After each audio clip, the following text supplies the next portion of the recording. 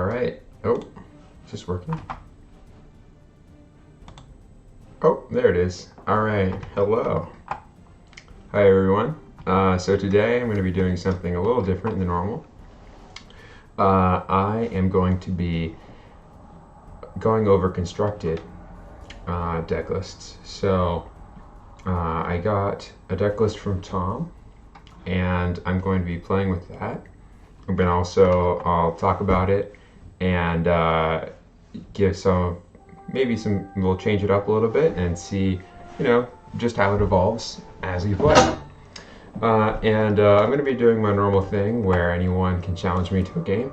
Looks like I actually got challenged by Samat Noxid, so I'll be playing against them. And you can challenge me to any game mode. Also, if you have okay. Dazed you, bro. Yeah. And if you have a deck that you want to see played or I'll experiment with, then you can also message it right here in the chat, and we'll try it out later today. Yeah. Hey, Tom. Great. All right. Yeah, let's do it. Let's try it out. I wanna try out this deck. I actually already imported it, so I'm gonna give it a try with the list that you gave me. And then if we want to play another round after that, then I can pick one of these other ones. Let's see, where is it? All right.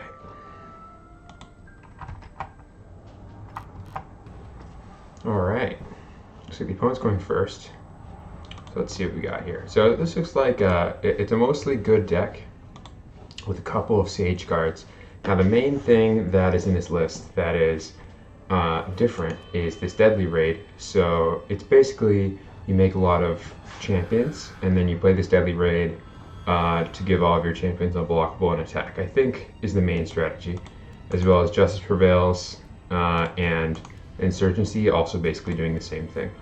There's a couple of combos here with Secret Legion giving you 6 human tokens, and then Revolt or Courageous Soul to just attack for a lot out of nowhere. So we're going to try that out.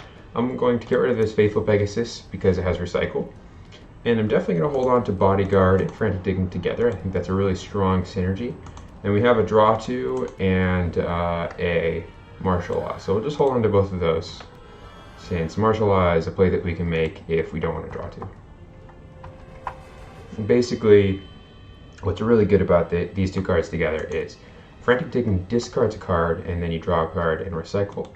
And Bodyguard, if you play a good card from your discard pile, then it draws you a card. It draws you back a card, basically.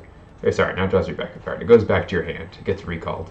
So you can Frantic Digging your Bodyguard away, and it's like you're not even discarding a card. Alright, but in order to do that recycle, you definitely want to fill up our graveyard. So I'm going to play Urgent Messengers here. We'll see if I get really punished for not playing Martial Law there. Alright, so looks like Tom is going to be making also a lot of humans and drawing a lot of cards. That is A-okay. Alright, he's just going to block. We're probably just going to be forced to Martial Law here to get rid of that Noble Unicorn.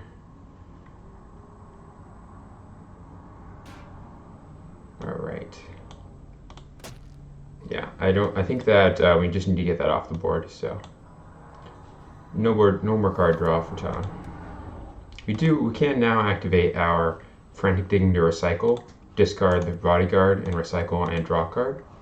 But I'm going to wait until alright, looks like he's playing Brand. I'm actually playing some kind of Kark deck, just based on the fact that he's playing Brand.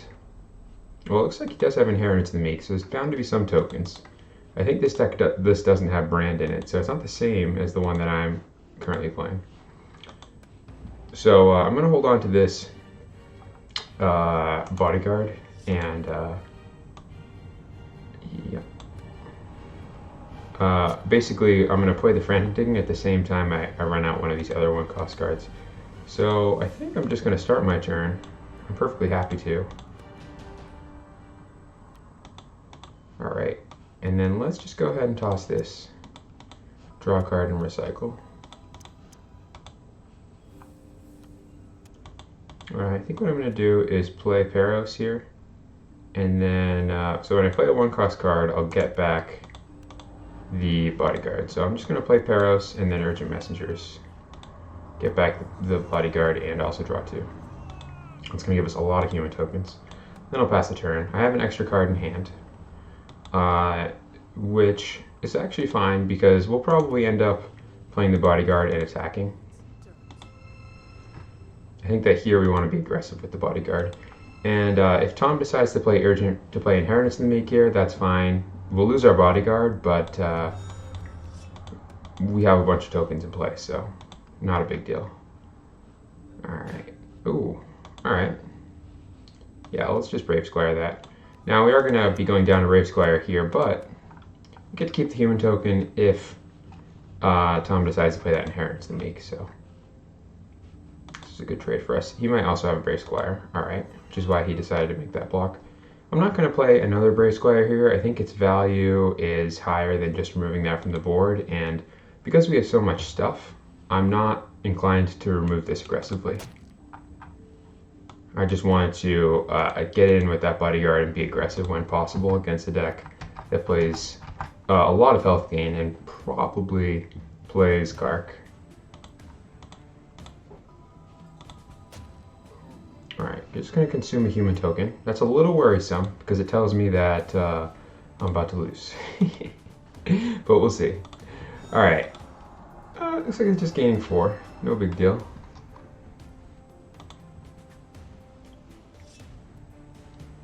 Alright, I'm going to get attacked for 5 and I'll just take it. We're just going to make some really big human tokens.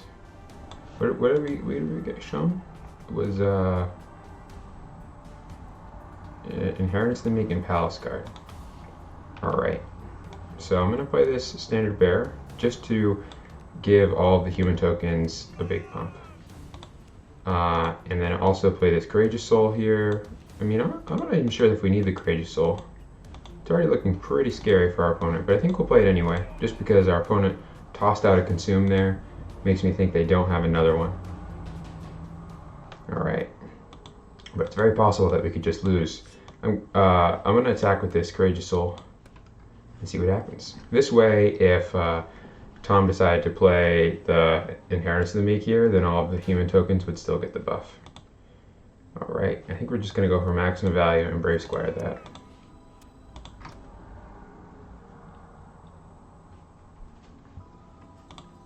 Alright, that is fine. We're going to get a lot of wolves. And then we are probably just going to spend our gold to draw 2 cards with Inheritance of the Meek. I think that that we usually want to hold on to Noble Unicorn and play it on our opponent's turn when they pass. But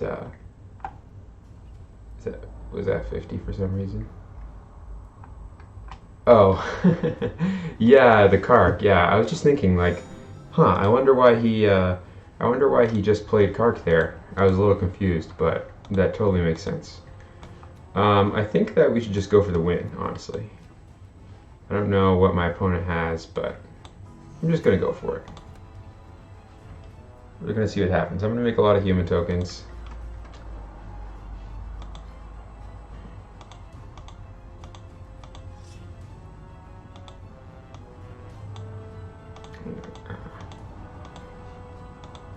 You might have some kind of blowout for me, like a lessons learned or something.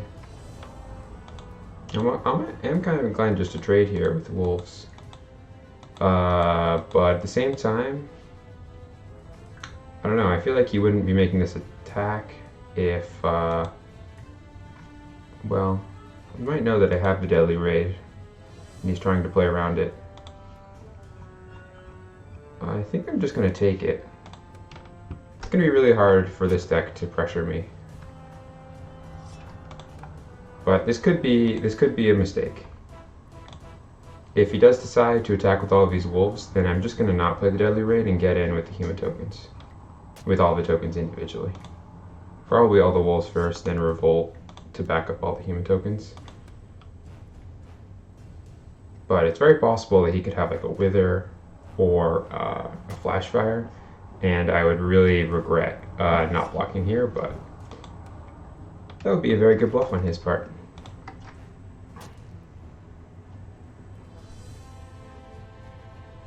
That being said, I'm not really worried about losing to aggression against this deck. 14 isn't actually that low when you're playing against a deck that most of its game plan is just trying to heal. So we are just going to attack with a wolf. 1, 2, 3, 4. Yeah, I mean, I'll just get in with everything. That's if he wants to let me. I'm not going to Deadly Raid.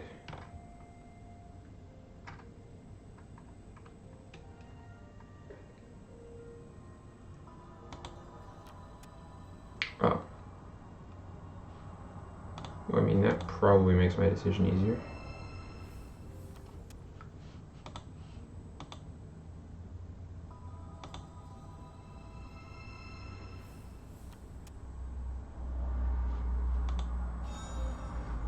Alright, well, let's just go for it. May get extremely blown out here. Oh.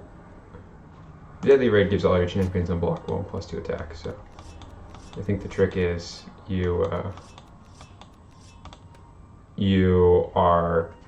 trying to force. You want to get your opponent to spend their gold first before you spend your gold.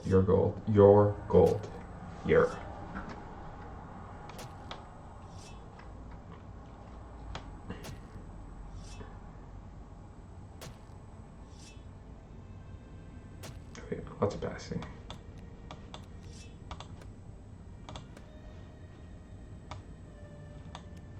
Alright, we're gonna play this as well. Gives us an extra bunch of damage. Gives us an extra, what, 2 times 5? If I had played this then the Deadly Raid, it actually would have been a win here, but, or I guess not because of that.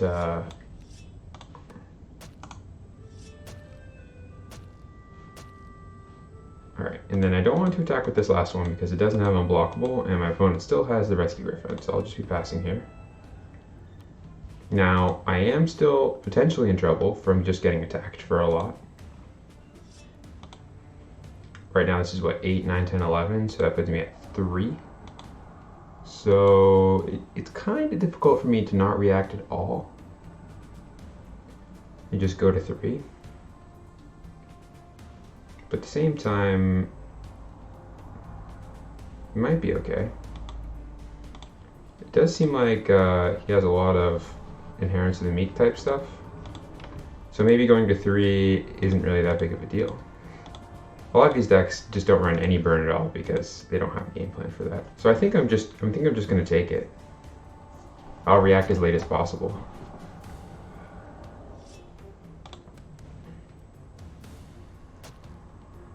I think I don't believe that Tom has a way to deal 3 damage. But if he has Guilt Demon, I'll feel very silly. Guilt Demon exactly. Because I think that's one of the only cards that this deck would run that I can't play a card in my hand that would stymie.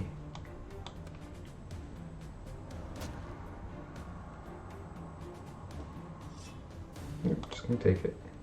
It's going to take a lot.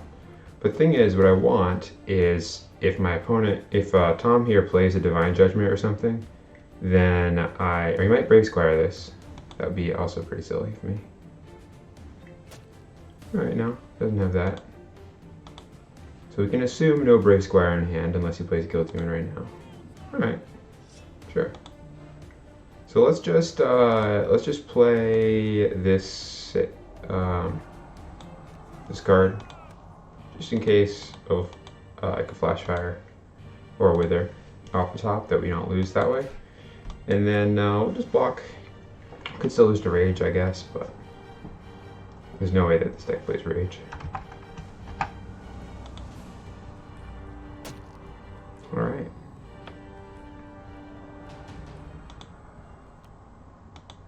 Yeah, and so a lot of the time it doesn't even matter if what your health total is, because I really didn't want to play into a Divine Judgment or something, just some kind of complete board clear. Alright, so it looks like that's going to happen. Alright. So let's do this. Let's play...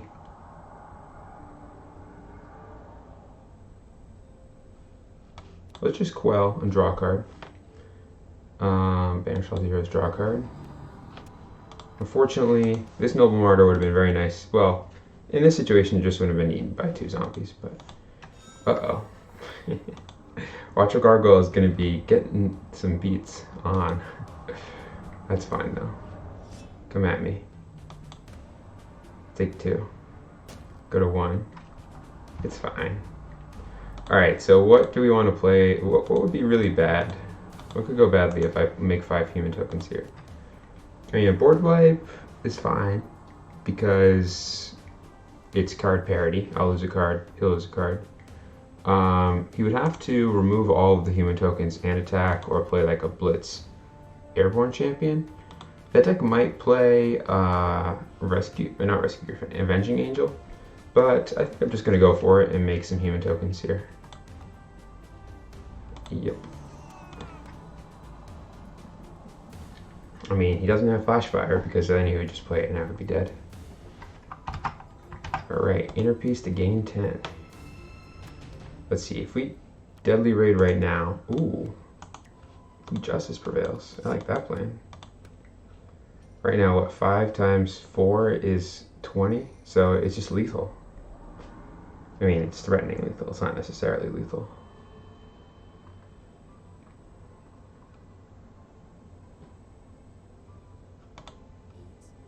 Alright. So let's see, if we, oh, okay, and Loyalty 2. Palace Guard and Inner Peace are pretty easy to play around. So if we were to Deadly Raid right now, then what would happen is, this would be 3 times 5 is 15. So it's not worth Deadly Raiding, because then we would die on the swing back. So I'm going to be playing this Justice Prevails to gain 20. That's going to be the game plan.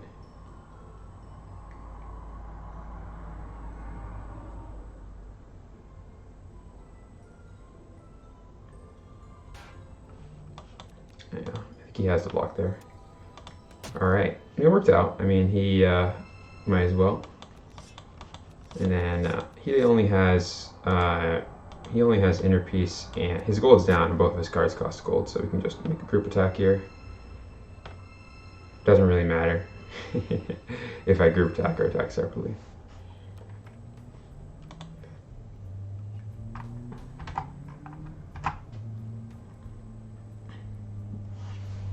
Justice Prevails. That was a big swing. It was draw a card, gain 20, deal 3 times 4, 12. It's a pretty good card. Alright, yeah, we can just take these hits for sure. So there's one card we don't know about, and that's Inner Peace.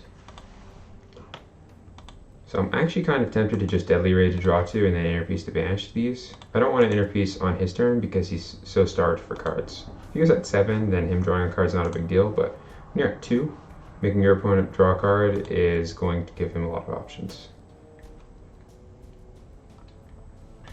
Alright, now the real question is, let's see, if I play this, that's 6, 7, 8, 9, 10, 11, 12, 13, 14, 15, 16, 17. So I could lethal with Deadly Raid. Wait. No, he's going to play the Inner Peace. Alright, I'm just going to draw 2 with Deadly Raid. Alright, I would have won with the Revolt. Alright. Double Revolt, wow. That would be 5. Yeah, that's a lot. But we're just going to play the Inner Peace. I mean, the Inheritance of the Meek, I mean. Inheritance of the Meek. Goodbye. And I am going to attack. Bodyguard. Alright. Some good value right there. Well, I'll just pass. No reason to, if I attack, then it just trades in with a bodyguard and a hit for 1. It's not very exciting. And then the bodyguard goes in the discard pile, so the next good card that he plays gets bodyguard and inner peace back. Ooh, wow, that's value right there. What a nice top deck. Alright, he's going to banish both those tokens. So Marcus banishes up to 3 tokens and is loyalty to draw a card. So I'm gonna play this Noble Unicorn here and draw a card off of that. And then probably gonna also play this Courageous Soul. This is kind of interesting.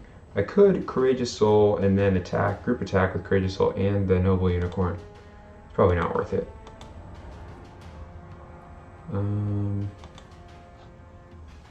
4, 5, 6, 7, 8. Yeah, probably not worth it. I'll just pass. He's so far away, and he's got Inner Peace in hand, and he's got Bodyguard. I don't think I'm really going to get in there for that much. I think I will whack him with this Bodyguard, though. Well, let's play this and draw a card off of it, since it's going to be annoying for that deck to deal with. And that Frantic Digging is nice. And then I think we're just going to hold off here and pass. I mean, he can Inner Peace, so he definitely has a play to make. But I don't want to make any attacks yet, since that Bodyguard's also there. And so I think what we'll do in this situation is we actually want to Frantic Digging away the Bodyguard off turn, so I don't really want to make an attack with it. And I don't really want to make an attack with that. We could Bodyguard attack with Bodyguard and Noble Martyr, and then, I don't know, Revolt. But I don't think it's worth it. So I'm also going to pass here. Getting walled off by Marcus. Opponent passing. A lot of the time that actually means they don't really have a good play. So when my opponent does that, I usually actually want to push them, especially since I have a high chance of drawing 3. So I'm just going to discard this blindly and hope to get a better card off the top here. So I don't think we have any recursion in this deck. There's no lessons learned or anything. Alright. I could Revolt to draw 2. I think I am just going to pass back since I don't get the third draw. It's a little sad. I could get Amnesia'd. Alright, looks like that didn't happen. We have lots of Noble Martyrs here. Alright, how do we want to handle this? Double Noble Martyr attack? That seems weird. Weird things are happening this game. I think it's probably Noble Martyr to draw a card and then pass.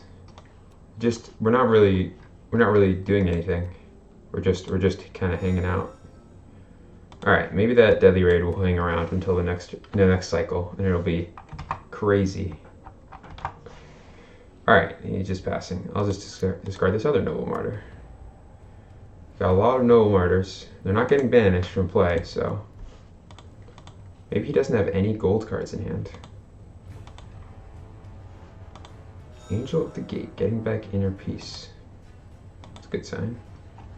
Could just play this Quell draw too. I don't think it's going to get any other value. It is pretty good against Bodyguard, so maybe I shouldn't use it for that reason. Alright, we'll draw 2 with Revolt, and then play down this Courageous Soul, and pass to our opponent. See if one of those zeros is going to come out right now. This Frost Giant is looking great. Let's see, what is that? 8. Yeah.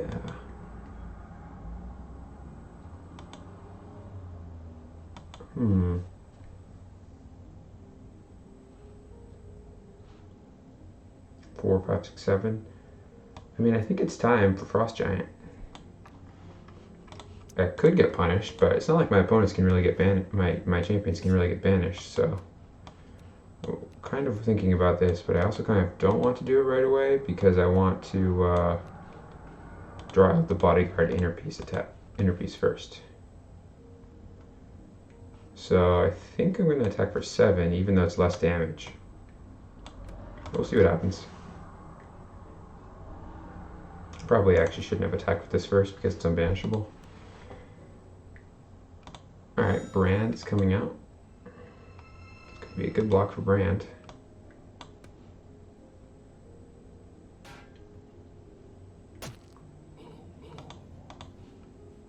Okay, let's see.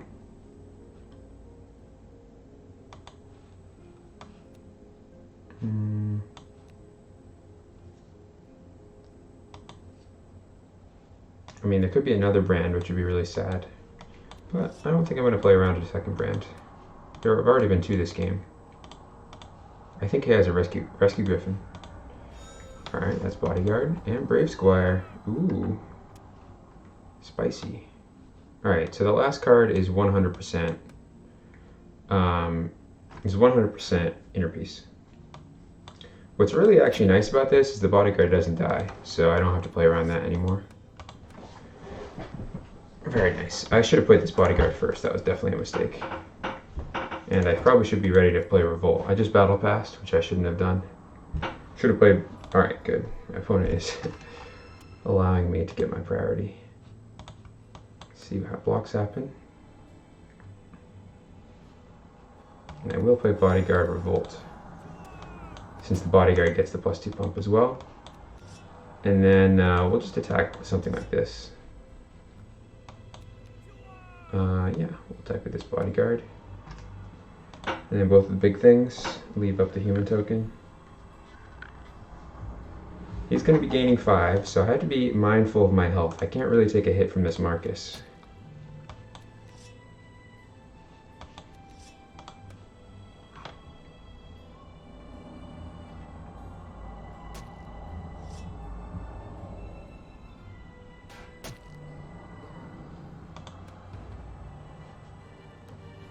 Unfortunately. I can take this 9, but the Marcus I have to block. And I will not be blocking it. This Angel Gate. It doesn't look like it's possible for me to die. Alright. Definitely not blocking that. Alright, my opponent is passing. So I think I just play this Noble Unicorn here, just because my opponent just drew a card, so he might not really have anything at all. So I think I'm going to draw a card and then make a lot of human tokens. Probably just should have drawn 2. I forgot about those effects, but I'm definitely just going to use them. Since that's just a top deck, the likelihood of it being something relevant like a board clear is not high. Zombie Apocalypse would be really punishing right now. Alright, good game. That was kind of a ridiculous game.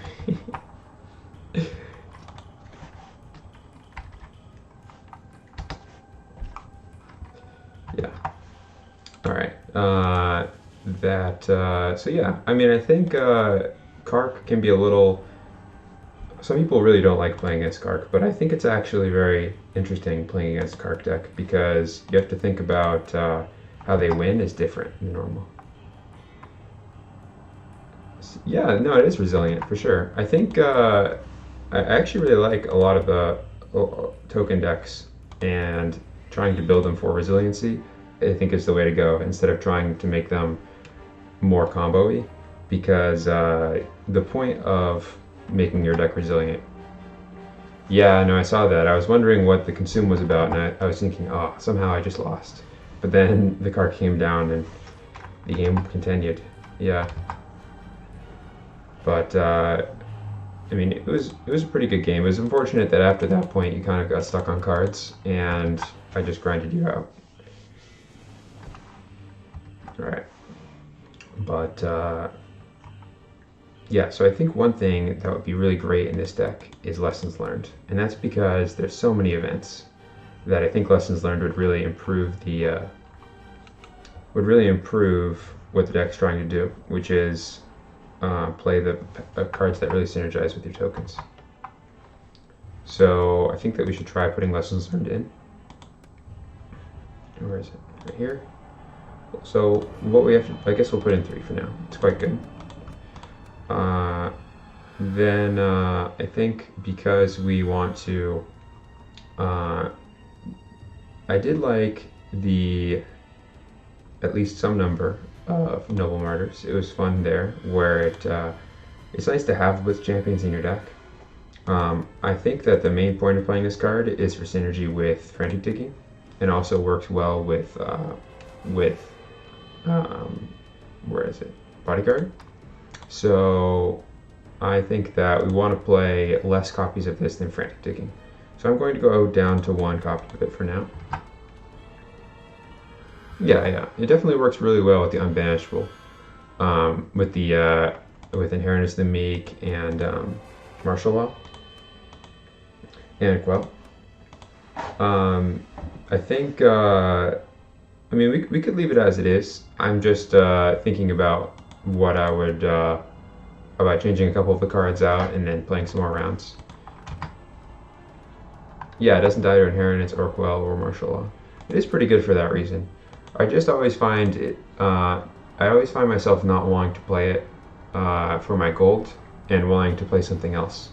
So when you discard it, it's amazing because you get 5 human tokens basically as a 0-cost card, right? Better than that if you Frantic Digging it, because you discarded it, so you didn't pay anything for it, and you discarded it instead of something else, and then you get 5 human tokens. But I definitely like. You always want to discard to hand size. Yeah, that's true. It is good against Thoughtplucker, Sonic Assault, and Knight of Shadows. So if you're tuning this deck against that type of meta, then maybe you could just play those cards, and you could keep in the Noble Martyrs and play some Ancient Chants or something like that, so that you're really trying to push the angle of, if my opponent just makes me discard, then I'm in good shape. I think that's the main synergy there with Marcus as well, is you want to play this so that if your opponent is playing like a Thought Plucker type of deck, then yeah, good game. Good night, Tom. Yeah, I was just going over some of the things that I think I would just like to see in this type of deck.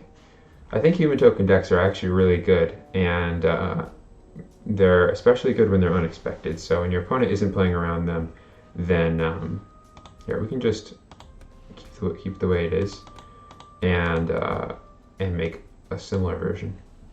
We can try this. We can try this out some more, and see how it performs another time. All right. See, so it is actually right now in the arena is constructed.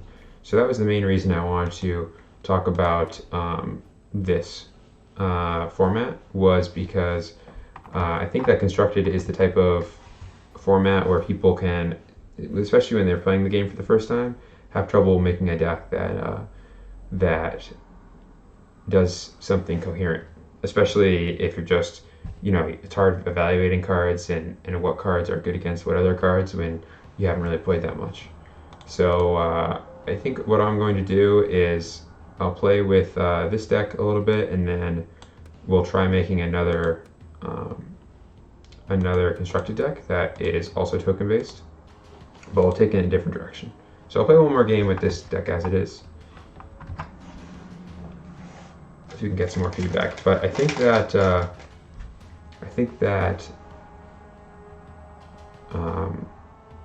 Noble Martyr is actually pretty reasonable in a lot of decks that run a lot of good cards. Especially if you find yourself drawing to a lot and discarding the maximum hand size a lot, then it's perfectly reasonable to just put cards in your deck that you can discard to maximum hand size. Looks like someone's actually looking for Arena right now, so I'm just going to play against them in Arena. I mean, we could try this deck. Let's do it. Let's do it. Tom's human tokens. I think human tokens are especially interesting in formats like Arena, where people expect you to bring something that is just the best that you have. And so when people expect tokens, they play things like Flash Fire and Wither, and when they don't expect tokens, then they can get really blown out by just a million things. PHER. All right, we're up against Fur, I think. maybe normal fur was already taken, or this is some kind of abbreviation for their name. So we're going first. So Marcus is a nice on-turn play, although if my opponent is on the Thought Plucker plan, then I might want to hold it in my hand. I'm definitely going to toss the Noble Martyr. Well, it does go well with Frantic Digging. So yeah, maybe we'll just keep this and pass on our first turn, because I don't know what my opponent is trying to do yet. And all of these cards are pretty reasonable. Basically, the reason I'm holding on to these is I think I would normally not hold Frantic Digging in my opening hand, but it synergizes really well with Noble Martyr. And Justice Prevails is a draw 2, and then Marcus makes it so that we are more resilient against making the opponent. Marcus is more resilient against the opponent making us discard a card randomly. I mean, the fact that they're passing a lot makes me think that they're not a wild deck, since wild decks tend to just slam T-Rex or something the first opportunity that they can. I think we're probably going to get in with this Bodyguard just to put some pressure on our opponent.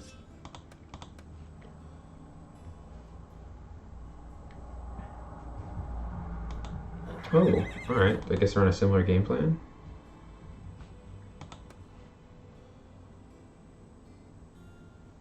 Are they going to block that? Okay. Well, we don't have a way to make our human tokens big enough, but I think we're actually going to play the Noble Martyr here and just get in for 7. That seems fine to me. And I'm going to hold this Bodyguard in my hand.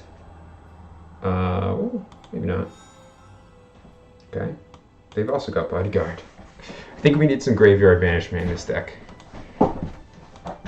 since it's trying to go the long way. Alright, yeah.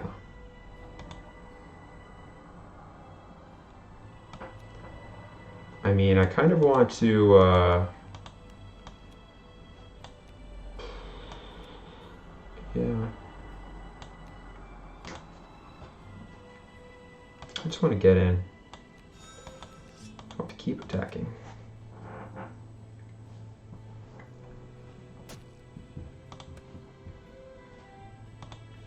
I'll find a use for Frantic Digging at some point. They're almost definitely just going to spend their gold first to activate Noble Unicorn anyway. They might attack with it, considering that they've spent their gold first to play Noble Unicorn on my turn. Alright. So the question is, do I play Standard Bear or Insurgency? Or do I just pass and take it? This is actually a reasonable Insurgency here. It blocks that, and it survives, and it's really hard to get punished if I play Insurgency and block with all 4. I could get punished. I can't really get punished. I'm gonna go for it.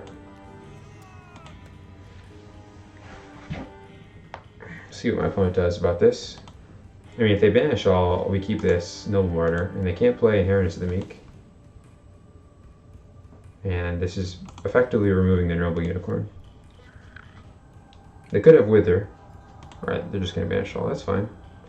So what happens here is we both spent our golds and they banished all. So they removed their own Noble Unicorn and the Bodyguard. Alright, they're going to attack with that, I guess. Alright, they're not, because they don't have to discard down to maximum hand size. Alright. Ooh, are they also on the same deck? Is this some kind of secret conspiracy that I don't know about? Is this meta just is the meta about synergies or just solid cards? Basically, Ramses. There's 2 main ways that you can build, and I would say that the most common deck that you fight against, I think when you're talking about the meta, you're referring to what are other people playing. There is a lot of wild decks. So when I say wild, I mean lots of green. Think like T-Rex, Kong, Strafing Dragon, Draka's Enforcer, Draka, and Surprise Attack. And then just a mishmash of whatever other cards people like that go with that. So you could say that's synergy, but most of the time it's just more of a big stompy deck with burn in it. And they'll frequently splash a little bit of Sage or maybe another color. I probably shouldn't have attacked there, but that's fine. Maybe my opponent will think, what a strange bluff. We'll see. They're probably just gonna, oh, yeah, nice. All right. Oh, man. That's silly. All right.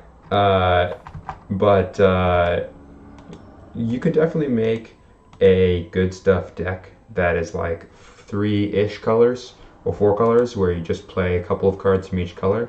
But those decks are almost always grindy decks. So think like a control deck that wants to run a couple of Drain Essences and a couple Plagues, but they also want to play Surprise Attack or Lesson Learned or Ancient Chant or something like that. So they play a couple of cards from each color.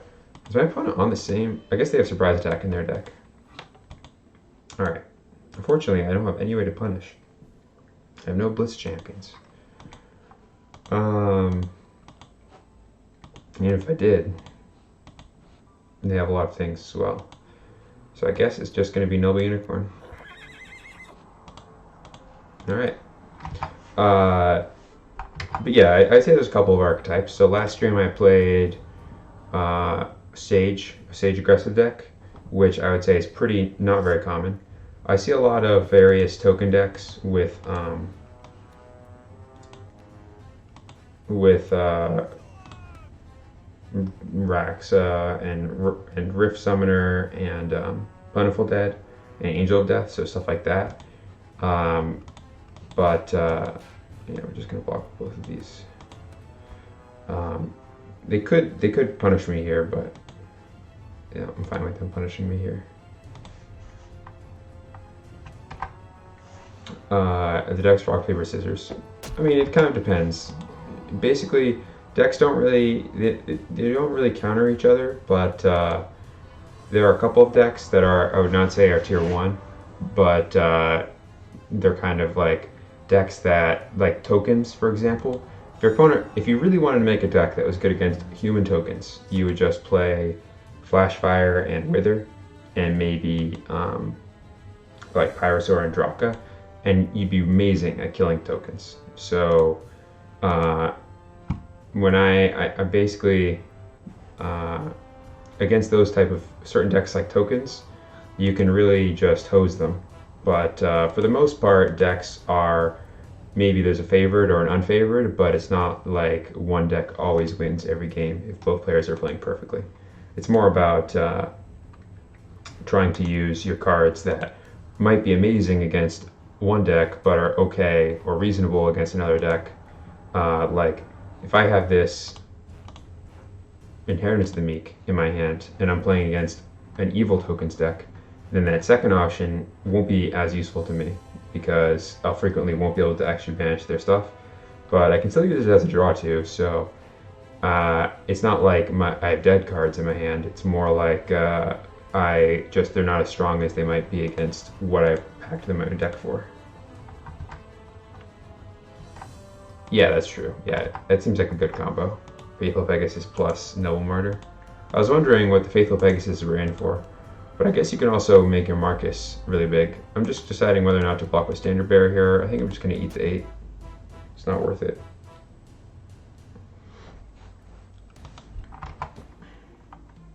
Yeah, I mean, that's fair. But I mean, Faithful Pegasus as opposed to like Watchful Gargoyle or Second Wind. Alright. I do like the interaction. I mean, this is going to be great right here. Do I have? I don't even have the cards, unfortunately. This could be amazing, but I don't have a recycle. It might still be worth doing anyway, even though I don't have any recycles for it. Yeah, it just seems like a lot of damage. That's hard to stop. So I think we're gonna do it. We're gonna play this Faithful Pegasus. Not recycle, and then I'll attack, giving this Airborne and attacking with it, and they both get +2 attack from Standard Bearer. So right now I'm coming in for 13 in the air.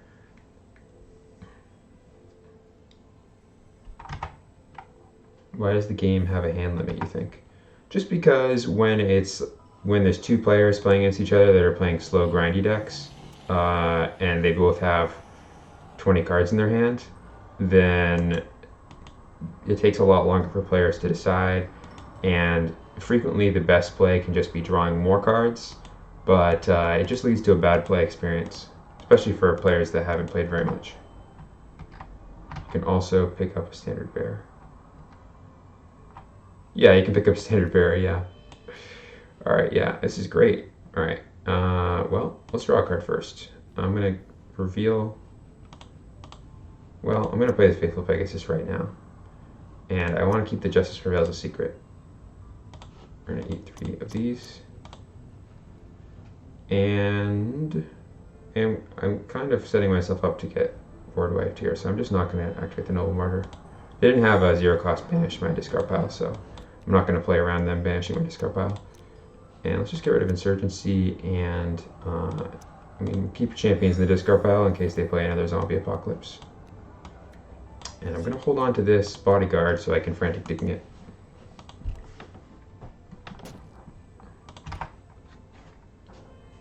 Yeah, no, I love playing.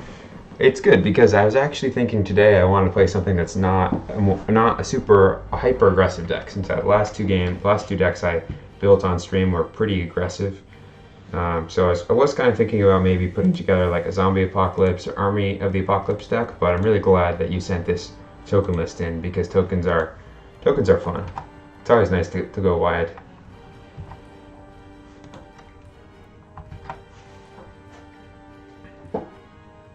Alright, let's see. Alright, they're passing. That means I'm going to start my turn. Usually whenever your opponent passes, you just want to start your turn. There are exceptions, but they're rare. I'm going to attack with this Faithful Pegasus. Give my Marcus Airborne as well. And this might be the turn that we try to go for Justice Prevails. I think if my opponent has a reaction, they'll use it right now. Like if they have another Zombie Apocalypse. So if they don't do anything, yeah, I think this Justice Prevails is quite likely right now. We're going to see what happens when I attack with this, though. I'll probably block with their zombie, and then I'll Frantic Digging, discarding the Bodyguard, and then Justice Prevails. Ooh, they're going to play Standard Bearer and make a lot of humans that have extra to attack.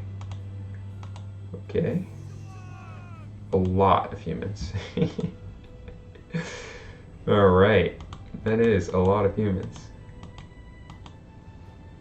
Well, maybe we'll Frantic Digging into a different answer, but I'm going to see. I don't want to do anything before blocks, that's for sure.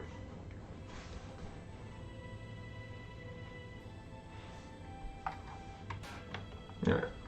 If I get removal for that, I'll play removal on that instead of my previous game plan.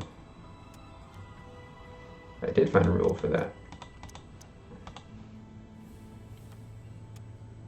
Ooh, that might be even better. I do like banishing all zeros and drawing a card on my opponent's turn, so I'm just going to decide to gain a bunch of health here. And I'm going to not get the 5 humans yet, because I'm going to do that when I Quell. So Quell here banishes all 0-cost champions and you draw a card, or on your turn you can banish all 1-cost champions. So it's good in these token type strategies where all your champions are 0-cost, because you can banish opponents' 1-cost cards.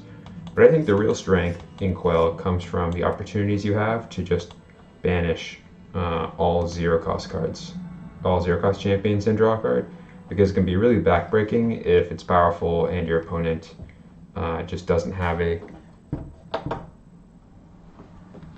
good follow-up, or if they're relying on a lot of 0-cost champions like this. Alright, yeah. See, this is justice coming in right here. This zombie token. Very just. Funny thing about Justice Prevails, a lot of the effects in Good that pump up your team only affect good champions.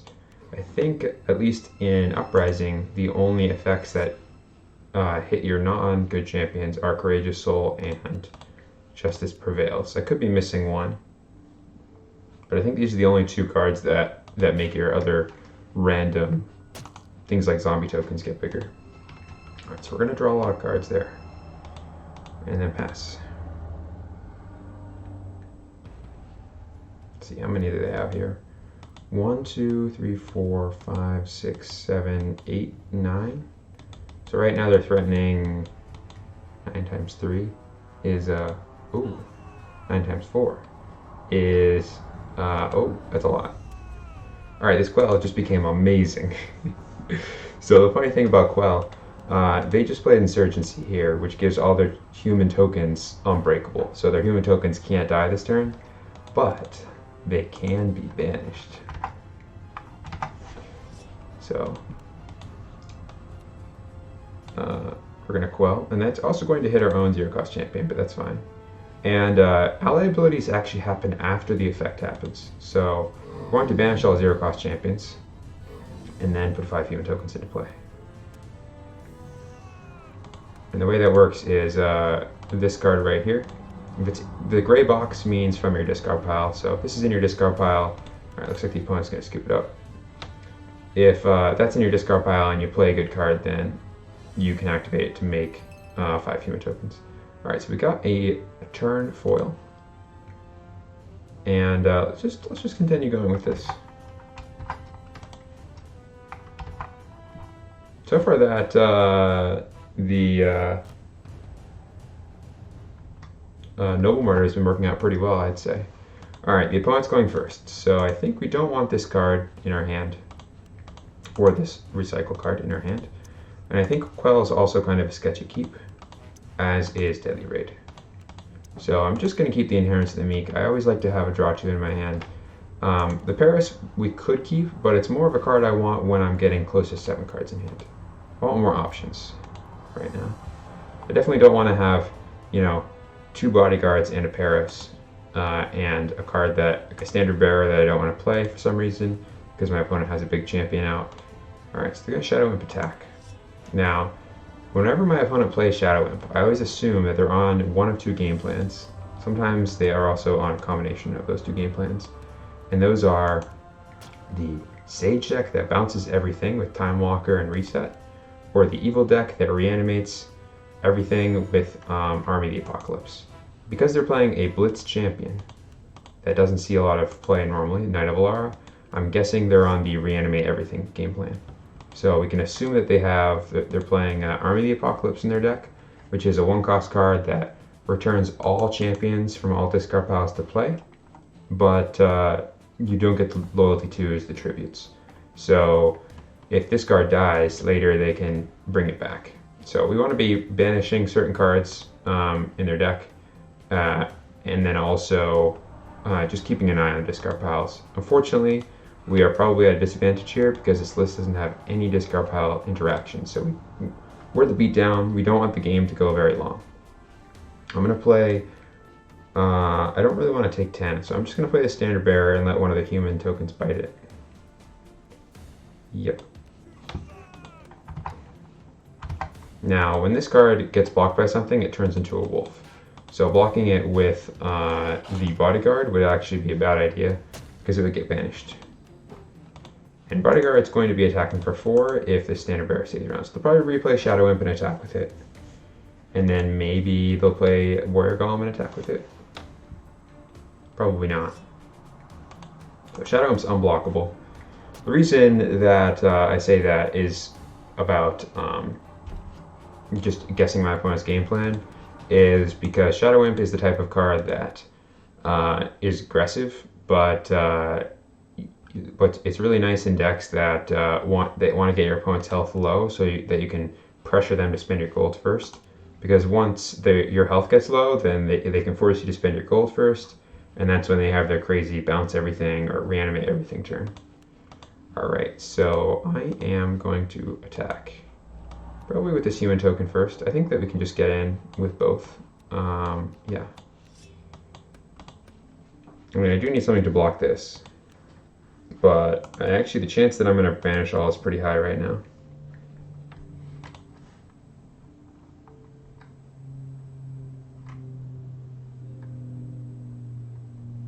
I mean, I lose the standard bearer, but then I get both of those. Getting both of those off the table forever is quite nice. especially if I'm correct about the game plan. Now, the one thing that would really be punishing is a really strong ambush champion play, but I think they're just going to draw two. A lot of those type of decks don't have good ambush champions to play after a board wipe, and banishing is really good. So just getting rid of that Shadow Imp is probably going to save me 8 to 10 health, because this deck has no zero cost answer to it. Alright, we're going to play Muse and draw to a Zombie Apocalypse, so that means it's time to get in with these bodyguards, because they are not going to want to clear the board. Alright, they don't have a Shadow Imp in their hand, because otherwise that would have been a perfect time to play Shadow Imp. Unfortunately, I'm not going to have a way to deal with those Muses, which is going to be pretty scary, because they each draw an additional card each turn. So right now, if I don't remove those Muses on their next turn, they'll draw another 3 cards, and that'll probably be basically game.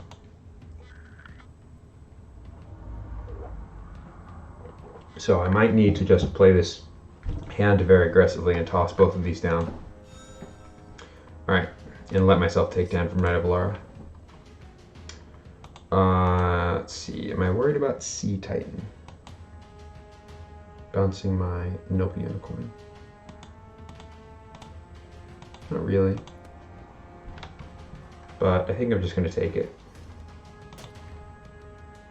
Let's see, if I take 4 plus 10, then I go to 4. So I'm still alive.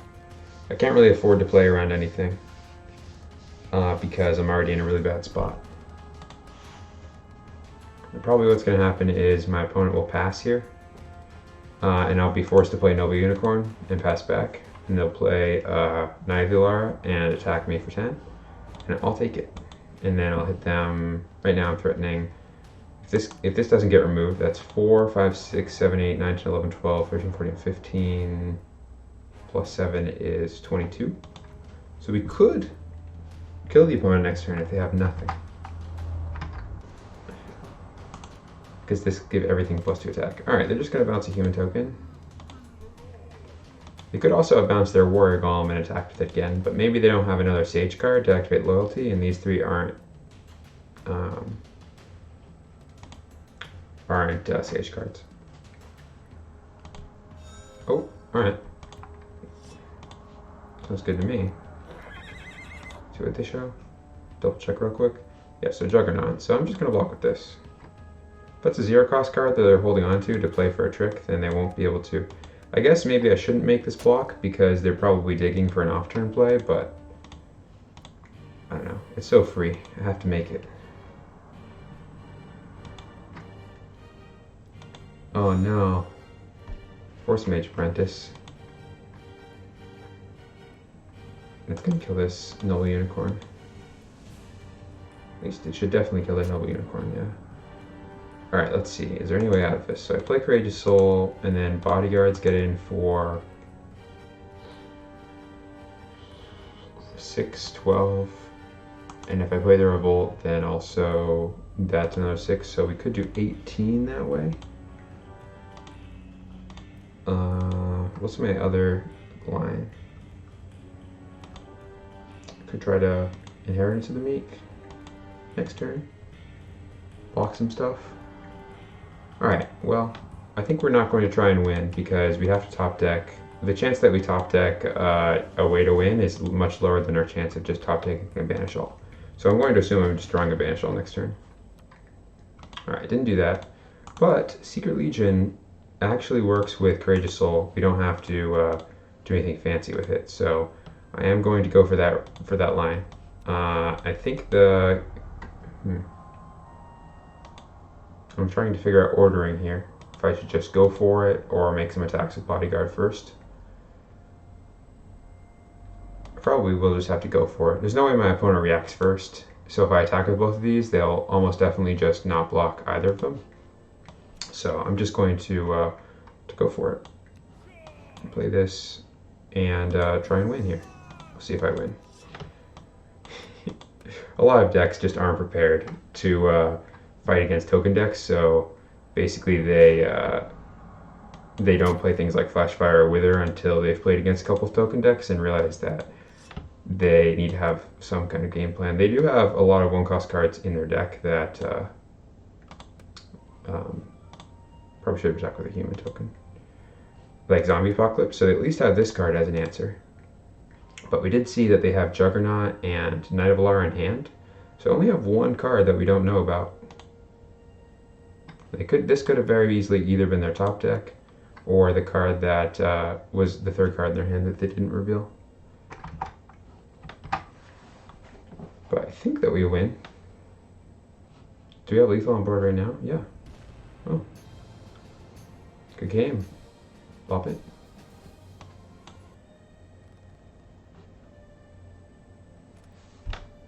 I wasn't expecting to win that one. Alright. We got a Risen foil. The arena continues. I guess we're back at it.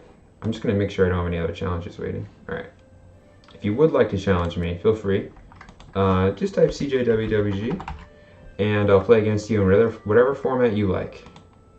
And you'll get enough gems for another arena run for playing, and 5 times that if you beat me.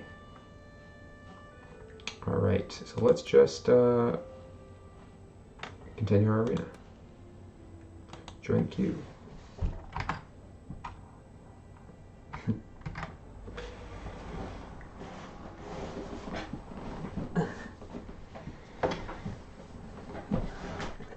We're going to fight against someone that has Flash Fires or Withers in their deck, and hopefully they will use them right away. There are also other one-cost cards that you could play besides those, like you could just play things like Draka or Pyrosaur or Rax's Enforcer or Rax or Blue Dragon or Temporal Enforcer or Time Walker. There's a lot of things that you can do against token strategies.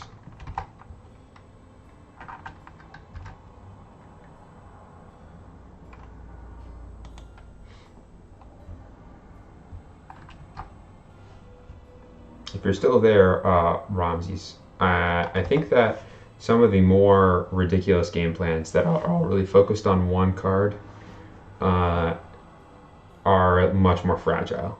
But the ones that are basically just all of these cards contribute to some kind of game plan, and it doesn't actually matter if I get this one or that one, so much as you're trying to use the ones that you have in your hand, are much more resilient against any type of deck.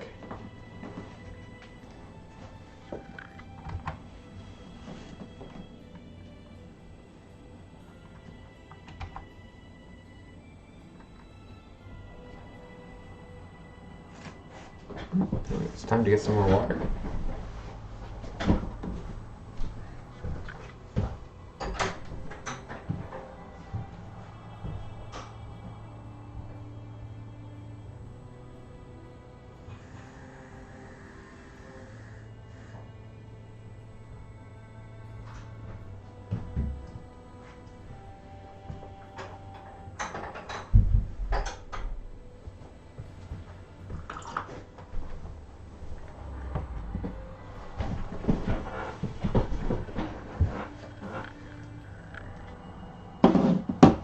Alright.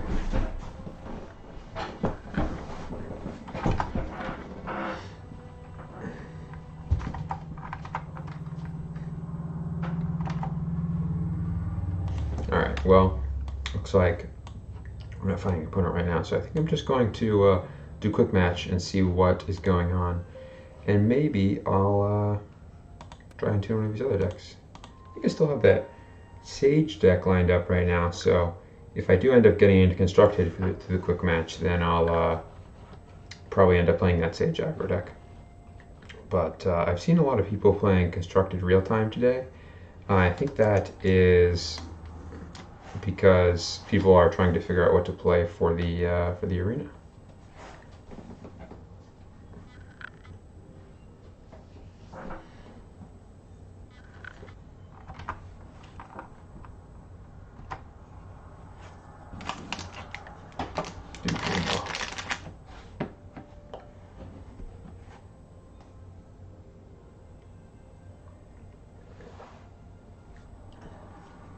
Rampage.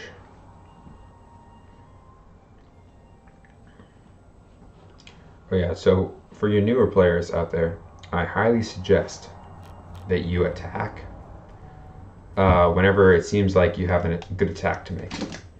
And also that whenever you're getting low on cards, don't be afraid to spend your gold to draw 2 cards. It's a really good play pretty much anytime that it's available. I mean, you don't want to be drawing 2 on your own turn if you can help it, but even if the card that you have in your hand is really good against the opposing deck, almost always, if you have nothing else to spend your gold on and your opponent has spent their golds, you want to use that gold to draw 2 cards. Alright.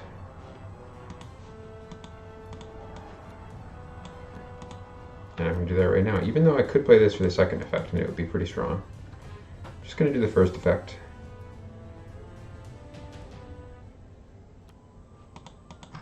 Let's see, 1, 2, 3, 4, 5, 6. So I think what I'm going to do here is just play Warrior Golem and try and get in for 4. And even though the Steel Golems are, my opponent will be able to play around them, I still want to make this attack because I'm going to reveal both of them because it's not worth revealing 2 of these other cards that aren't the same. I think whenever you can reveal 2 of the same card for loyalty 2, you probably should because it gives your opponent a small amount of information. He can play around only that Steel Golem instead of my other cards. And one thing that's neat about Warrior Golem is a lot of cards recycle when you play them. But because this recycles when it goes to your discard pile, if you only have 1 card in your discard pile, you can recycle when it dies, because it can recycle itself. It's the only card that can do that.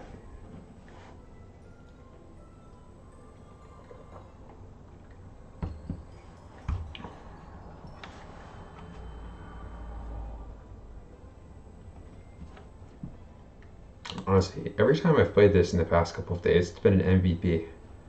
I wonder if people have started putting waves of transformations in the deck because of my Steel Golem show last time. because I have been seeing many more wave of transformations than before. That's this one. So wave transformation gets around untargetable because it turns every champion into a wolf token. Alright. Now, I think that even though Steel Golem would be a great play, I'm actually just going to finish this off. Since I have a pretty good line to finish it off. I'll prepare Force Mage Apprentice, draw a card, and deal 2 damage to that. Force Mage deals 2 more damage to it. Pew pew! This is like my Space Guns deck. That's what this deck should be called. I think it's Sage Beatdown right now. It should be called Space Guns. Alright. Darkness and Force are revealing Wolfsbite and Calm. Alright. That Wolfsbite's probably going to hit the Force Mage Apprentice. But they can draw a card first. In case they get a 1-cost card that they would definitely want to play, like Draka's Fire. Yeah. I think that makes sense. What they're doing.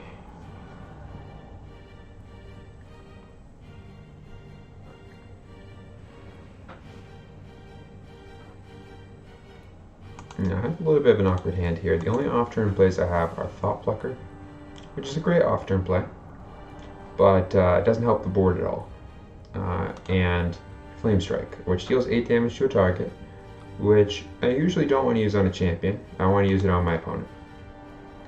So both of these cards aren't very good at doing things to the board, so we're mostly going to be relying on our opponent trying to be reactive and us just placing down strong threats, because that's what we have in our hand.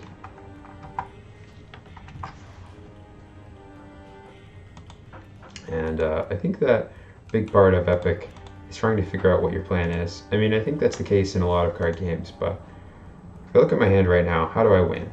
I mean, I have to win by basically my biggest advantages are I have a Flame Strike, so my opponent's at 8 less health, and I have a Thought Plucker, which means that I can incentivize my opponent to go down on cards in hand, or it's either incentivize my opponent to spend their gold first, or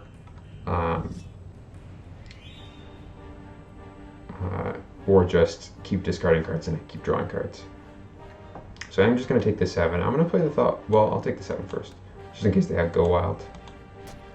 If I had Go Wild in my hand, I would not play it before my opponent spent their gold, but I would play it after. And I'll play a Thoughtplucker here. Now, the fact that they just played Wolfspite there tells me that they probably don't have another answer for this Thoughtplucker for 0, which is very nice, because that means it has a high chance of getting in and making our opponent discard another card, and we draw another card. So that sounds great.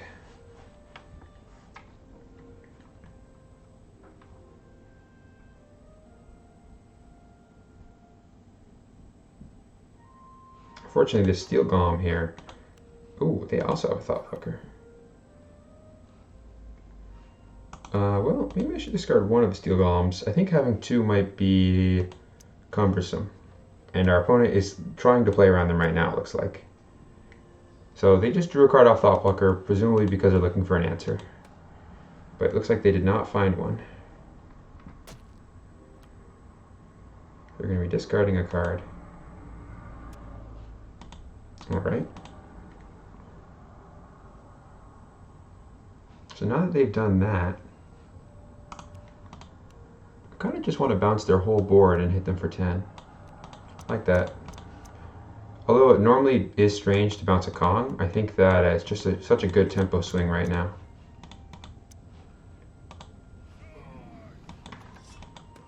Because we're almost definitely just going to get it for 10 here. And our opponent's board is completely reset. So this is loyalty X. So every card that you reveal means it does one more thing. So here, each card you reveal bounces an opponent's champion to their hand. Alright, that was great.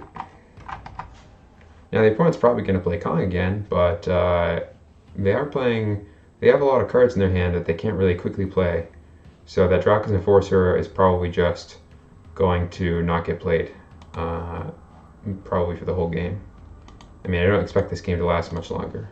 Opponent's at 17, we have deal 8 in hand, so they're effectively at 9, which means that this Veldin is lethal if it hits them.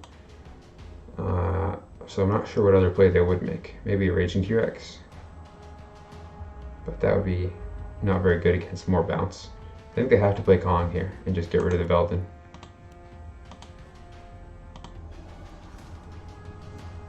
But they're in a rough spot. This Angel of the Gate is going to be fantastic.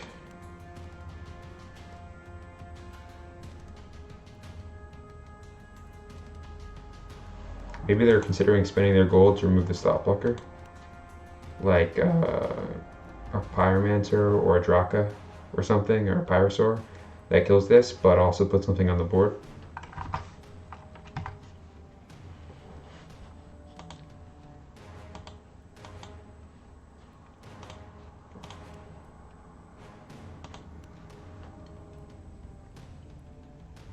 They do know about all of these CH cards because all 4 were revealed to Veldin. So right now they're probably trying to play around Vanishing and Helion, which is going to be tough.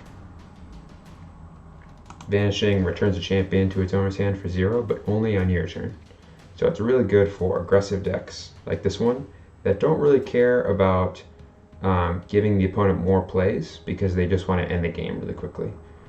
And Helion is a card. Ooh.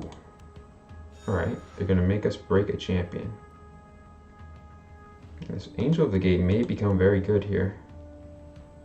I'm not sure which one that we want to keep.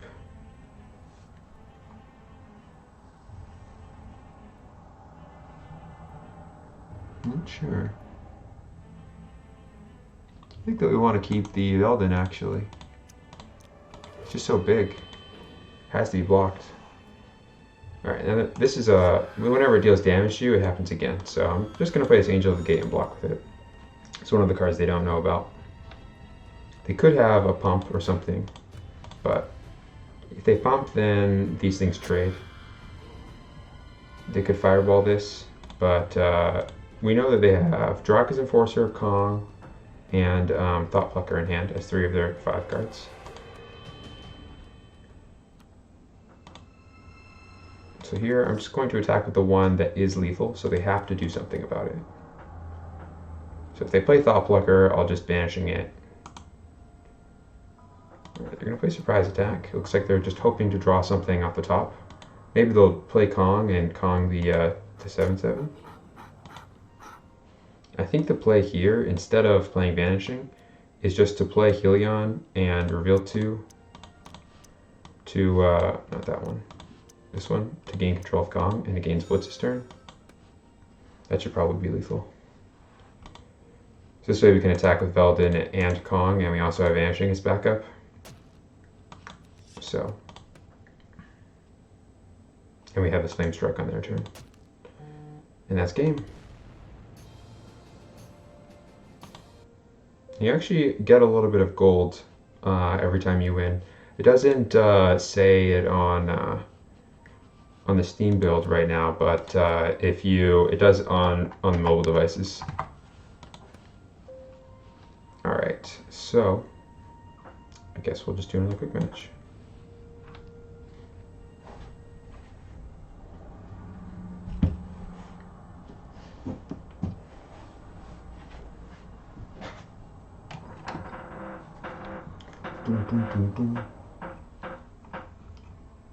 How goes?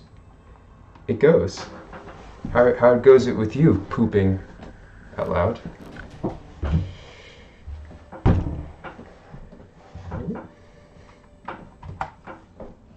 We're playing some, looks like this is constructed again. I think this is the Sage aggro deck, yep.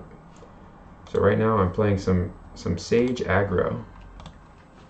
And we had the most ridiculous Veldin last game that bounced 4 opponents' champions for what was effectively the win. It goes decently well. That's good to hear. All right. Let's see. Probably don't need 2 blue dragons. They're very nice though. All right. Man, I really just want to play that Steel Golem. I'm going to. Alright, I'll let the opponent know that we have Thought Plucker. See if they have Wave Transformation. Or Bodyguard.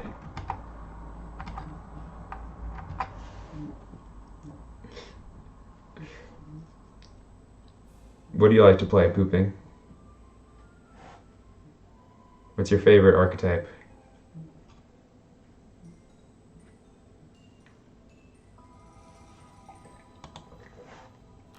Alright, Hurricane to draw 2. That's a good sign.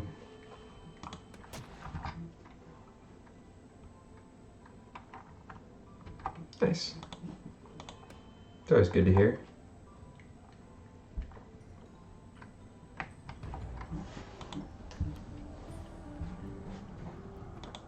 Well, you know, I am taking deck requests right now, so if you'd like to see something created for Constructed, for either a round card or a theme, then I can do that after this game. Alright. Yeah, I actually haven't done that yet. We did 2 aggressive decks and also more of a token themed type of strategy. That was maybe what I would call mid-range. So yeah, I can show you what a control deck would look like. Alright, so let's see. Well, I think I'm just going to play as Thought Plucker. Thought Plucker is a pretty good control card, so you can spend your gold on your opponent's turn to make them discard a card and you draw a card. And then it also happens whenever you deal damage to them with it, but it's unblockable. So it frequently forces a 3-for-1 in the sense that you draw a card and they discard a card, and then they spend a 0-cost card on it. But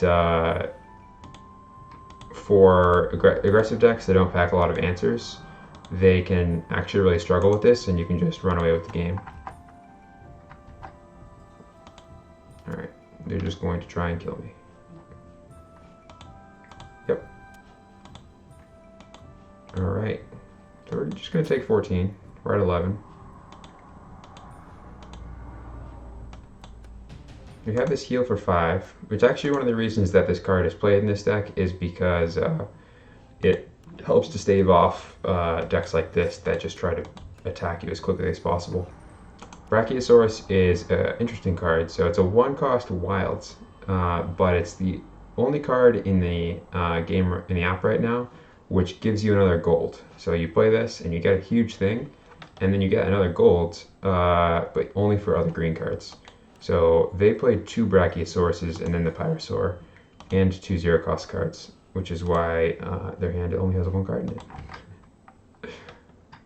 Yeah. It's actually, we're pretty much always going to only play this when it recycles. So what's really nice about Second Wind is that a lot of recycle cards have certain situations where you want to use them, but with Second Wind, if it's a good time to recycle, then you just play it. You get to keep the thought. Alright, looks like they are in a rough spot here. Well, we're going to... If they block with both, then I think it makes sense to return one of their Brachiosauruses to hand. That would be a very powerful play. They definitely have to block it because they're at... Yeah, alright. Yep, so we'll bounce 1.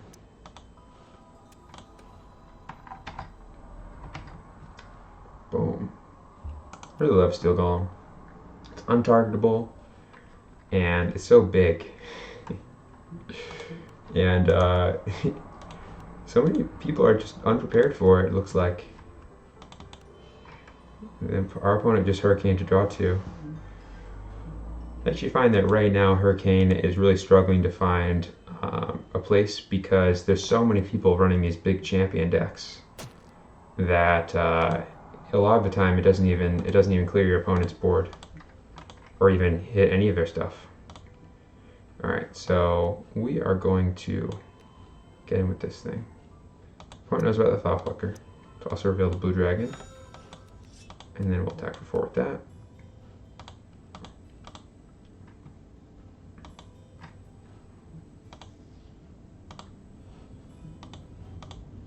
I'm kind of tempted to shoot the Warrior Golem so I can recycle right away, but I don't know what I'd even be looking for. So I'll just shoot them.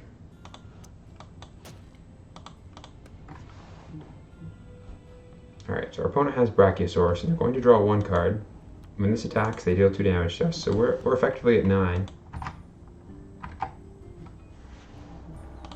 But they can't kill us with just 1 card unless it's a 0-cost card, unless they have exactly Flame Spike, which recycles into Flame Strike or Fire Serve Rebellion. Since Flame Spike deals 2 damage to us and recycles. Alright, and they didn't have that. So we are totally fine. And we're going to completely blow them out here. So whenever Warrior Golem goes to the discard pile, you recycle. So I'm just going to toss 2 of these cards. Doesn't really matter. I don't think we have any recursion in this deck. Yep, no recursion.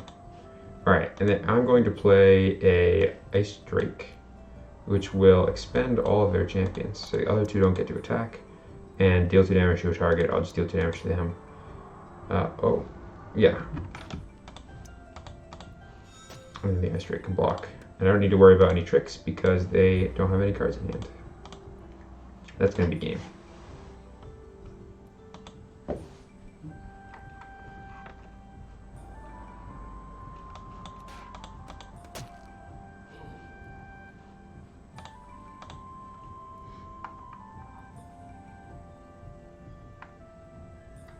Alright. Good game. Alright, so I'm just going to make a new deck. I can show you a couple of... So there's a couple of constructed archetypes. But basically, there's 2 really popular ones.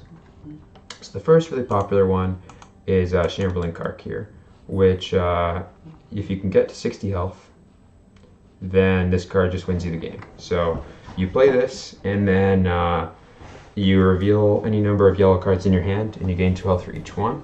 Then after that, if you have 60 or more health, you just win. So those type of decks are really stally. They tend to play things like some number of inner pieces and Angel of Lights, lots of board clears, Noble Unicorn, that kind of thing. But I'm not gonna build a card deck right now because I think it's less interesting to showcase than an evil deck that is more controlling. So the way that evil decks usually run is they play basically these these threats that are diverse. They have some kind of effect. When I say diverse, what I really mean is they're not just one body, but you play them and they do some other thing, and then your opponent needs to deal with them.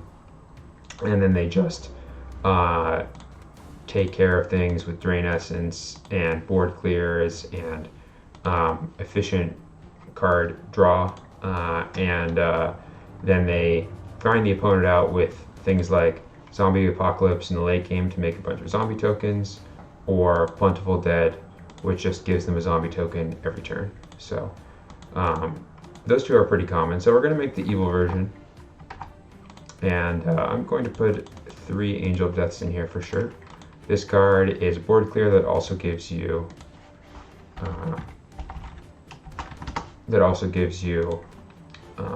a body. So a lot of the time when I'm building a deck, I'll start with a central theme, and then I'll put in cards, I'll splash at least one color, just for cards that are useful from that color that I want in my deck. So one exception to this is there's a card in green wild called Scaros right here, which deals 1 damage for each wild card you have in your hand.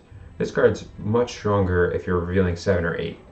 So this card I can totally see building a super wild deck around. But as far as other colors go, unless you have a reason, I think it's perfectly fine to play 10 or so cards off color at least, just because you want some extra utility that you see in another color. But it's hard to do 2 loyalty colors at the same time. So you have this Angel of Death. I think that because we want this to be a slower deck, we're definitely going to play Drain Essence and some number of Medusa. We'll put in 2 for now. This breaks a champion and also gives you a body. So effects like that are actually quite nice.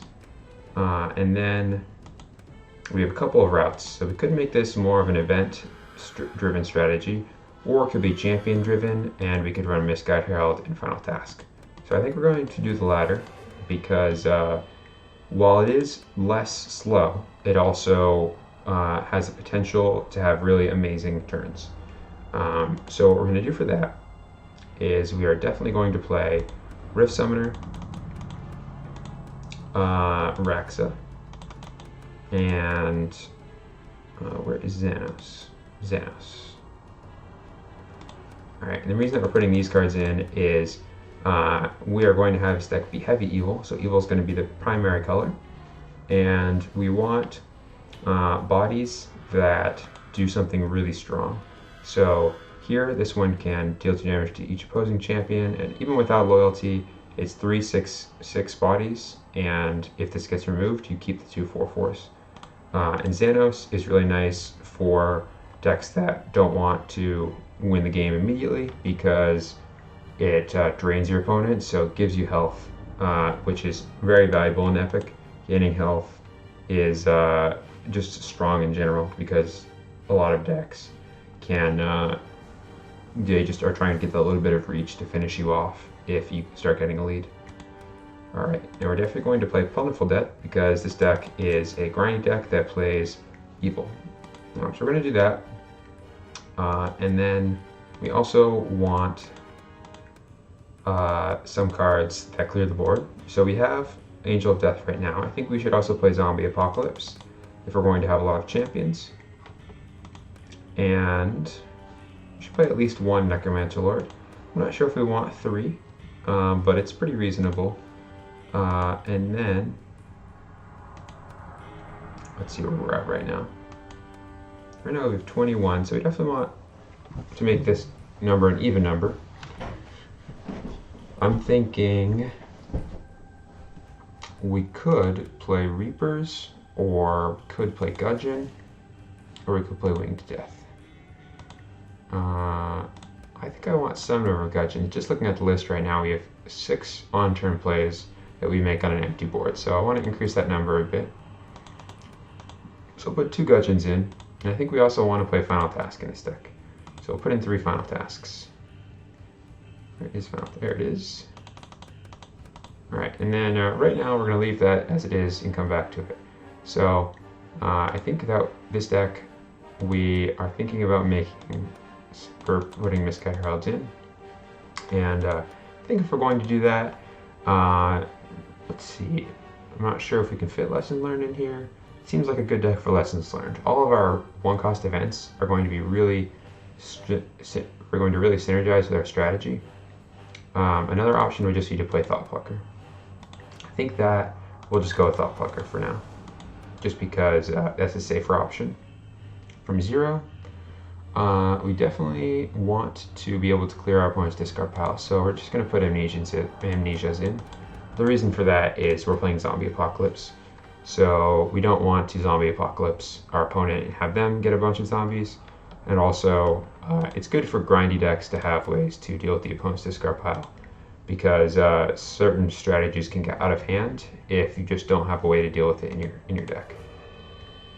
Alright, so right now we're at 32. I think we also, I'm trying to look at the number of on-turn and off-turn plays we have and figure out if I want to put surprise attacks in this deck. Yeah, I think we will. Now, the only reason that I'm doing that here is because our champion density is so high that surprise attack is rarely going to be a downside. In decks that don't have this many champions, I would totally consider not playing it. And if I only had, 6 or 9, then I would definitely not play it. But here we have so many, and we have a couple of cards like Raxa, Xanos, Mistguided Herald, and Necromancer Lord, and Gudgeon, and Angel of Death. So we have a lot of slow plays, and we want ways to accelerate that out. That's why we're going to play some surprise attacks. I think we're going to play 3 of those, and then increase our champion density by also tossing in a Calm. And then from there, let's see, right now we're just down 4 cards from our goal. So I think we're just going to go back over to Evil and toss in another Necromancer Lord and probably another Medusa. Maybe, yeah, we'll play one more Necromancer Lord, one more Medusa, and then I want other off-turn plays. I don't want on-turn plays. Could play Grave Demon's not too hot. Maybe Plague. Or we could round it out with 2 Lessons Learned. That might be the right call here. We do have a lot of 1-cost events that are powerful for this deck. So we'll round it out with Lessons Learned, and then from here we'll just go ahead and toss in our 0-cost cards. So we'll do Wild first because that's the easiest. Oh yeah. Well, basically I just ended up playing 3 or 4 rounds of Arena with the deck that was as existed. So I didn't actually change anything yet. But I could make some changes right now and do that. I think that since we were just talking about making a slower deck, I'm going to finish that one up and play against you, and then with this one, and then we can move on to changing up the token deck. All right, so basically we're looking for 0-cost cards to put in this deck from Wild. Now, whenever you're looking at cards to put in a deck from another color, you definitely don't want cards like this that have an ally ability. I think here we probably actually want to play Flashfire, just so that we have a way to deal with small things. It might be a little bit against our game plan. We might need to just say Wolfspite instead, because I'm just looking at our list again. We have a lot of champions that will die to Flashfire. I think I'm just going to put the Wolfspites in instead. Alright, go over to Sage here. We have one more 0-cost slot. So let's go ahead and just toss in Hasty Retreat. I really like 1 Hasty Retreat in the deck. because it really punishes big breakthrough champions, especially if your opponent is playing Rage. And once you play the first one, they'll try and play around it. So having just one in your deck can really mess with your opponent. Alright, and then we're going to go over to Evil here.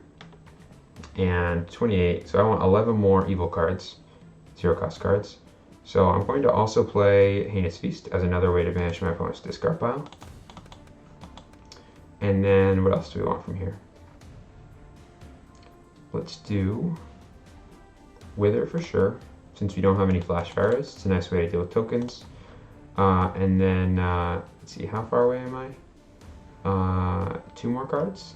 I can just play 2 Consumes. Yeah, let's do that. Oh, I'm not there yet. I need another 2. But 3 Consumes. And the question is, do I want Spawning Demon, Arax's Curse, or Guilt Demon? I think those are the best choices for this deck.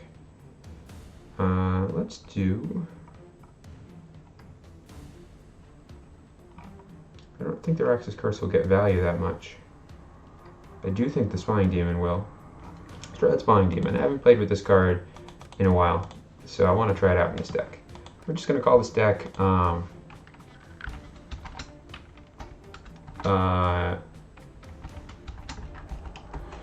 Evil Control-ish. It's not really control. It's more like I mean, we'll just call it, it's more like a rock deck, really. Basically where you are playing lots of good stuff and you want to mess with the opponent's plays. You want to force them to answer your stuff.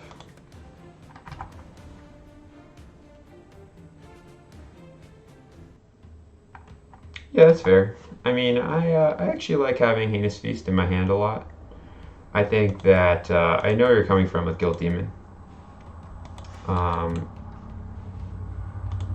But when I'm just tossing a deck together, I usually like to just, if I'm going to focus on the discard pile, then I like to just have the 3 of each, and then I cut down after playing with it a bit. Let's see, where is that? I think it's all the way at the end, maybe? Yep.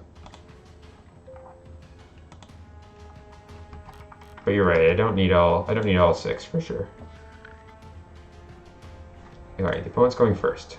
So here we have a fantastic hand. I'm not even sure I want to toss anything. Maybe the Heinous Feast. That's about it. This hand's amazing because we have removal, a draw 2, Thought Plucker, which is a great off-turn play if my opponent doesn't do anything that's crazy. Alright, I'm going to Fire Shaman as well. Interesting. I mean, I kind of just want a Thought Plucker. I can't Flash Fire because he just revealed Flash Fire, but if he played it right now, it would also kill his own Fire Shaman. This is going to be an interesting game. So I'm going to attack with this. He's probably going to play something which triggers his Fire Shaman to kill the Thought Plucker.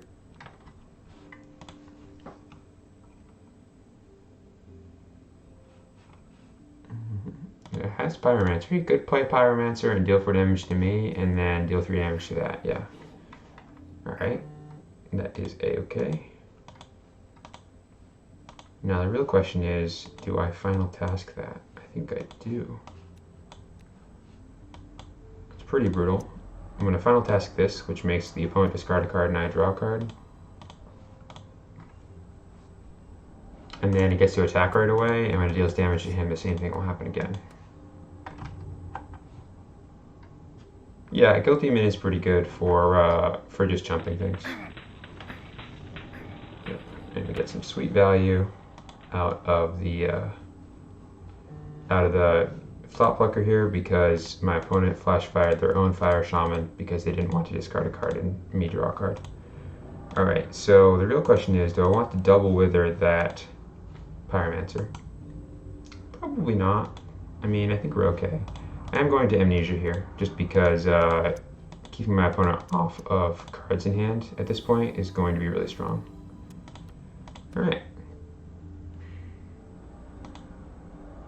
And T-Rex has to attack, so he could spend his gold first, but probably what will happen is he'll attack with T-Rex.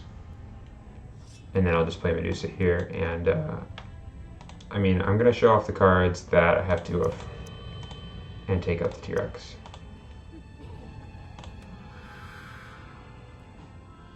The only reason that I wouldn't want to show these off is right now, if he attacks and I block, I can wither it, and my champion survives and his dies. But he probably wouldn't make an attack here anyway. I mean, I'm just going to let this happen. I'm totally fine using a wither on that. Sure.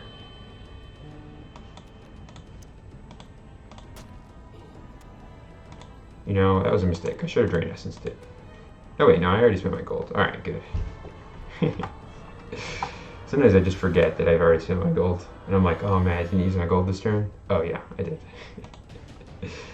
Alright.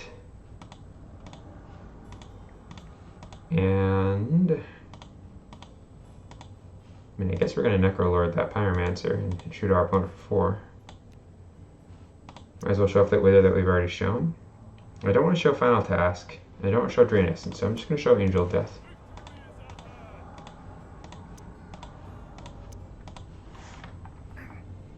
The reason that I don't want to show the Final Task is because one of the strongest things that we can use this on is Necromancer Lord, because the Necromancer Lord can then immediately reanimate something, even though the Necromancer Lord dies at the end of the turn.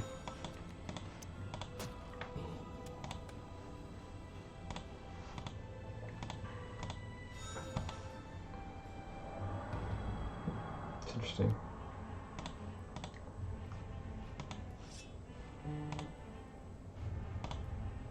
Do we want to? Yeah, we do. I'm just going to Drain Essence. I don't want to play the Final Task for an effect and then draw a 0-cost card and not have a way to draw more cards. Do I have Plucker? No, I recycled it. That would be great, but I recycled it to Amnesia so that my opponent couldn't keep recalling their Ancient Chant back pretty early on. So I'm going to attack with this, and we might get a lot of value here. We'll see. Yeah. Alright, so they can... Yep. Can do that. Doesn't have anything else to spend his gold on.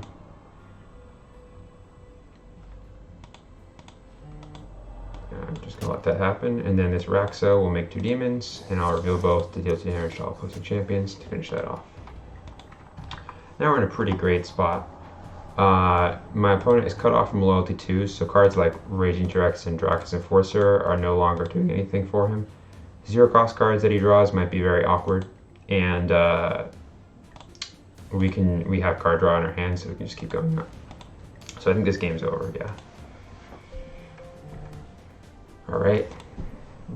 I guess we'll give it another go. And then what time is it? Yeah, I mean, if we want to make change to that token deck, now it might be a good time to do it. But I think just because we made this one and Tom's here, I'm just going to continue playing with it. Where's it? It's this one, Evil Rock. Alright.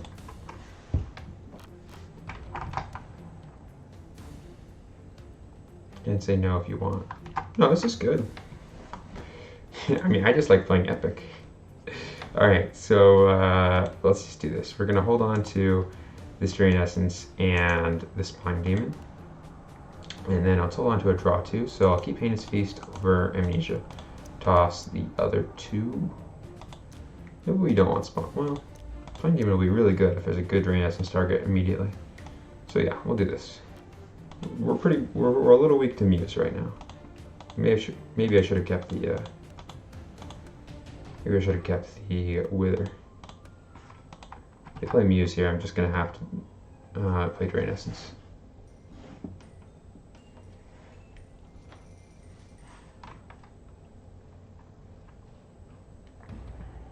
All right, we're doing some passing.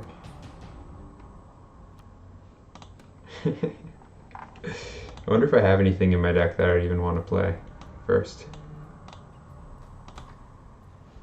Oh yeah, for sure Raxa, or we're looking for Raxa or Xanos. One of those two. Well, not the Gudgeon really.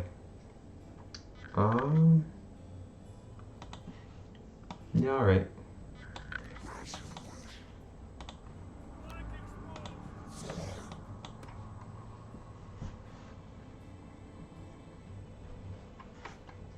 I don't actually know what I'm going to discard here. Now, Gudgeon's actually really nice against other slow control decks because they can't target you. So they can't hit you with Thought Plucker to make you discard a card. They can't hit you with Amnesia or Strafing Dragon. That Strafing Dragon is just going to kill this Gudgeon right here. Or that. But he couldn't have used it to hit me. Alright, so these Drain Essences are now really valuable, and so is this Lesson Learned, because my opponent is still on some kind of burn plan. So I'm just going to hold on to everything, and I think toss the Rift Summoner, because it is going to be much better to surprise deck out this Misguided Herald. Alright, I'm not going to react to that.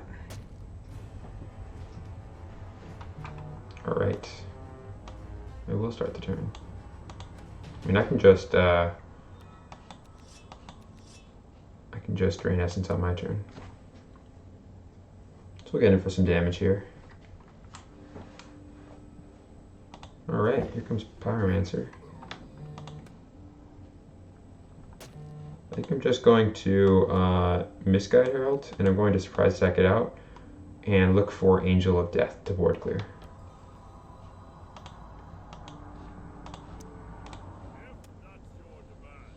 Alright, well that's fine too.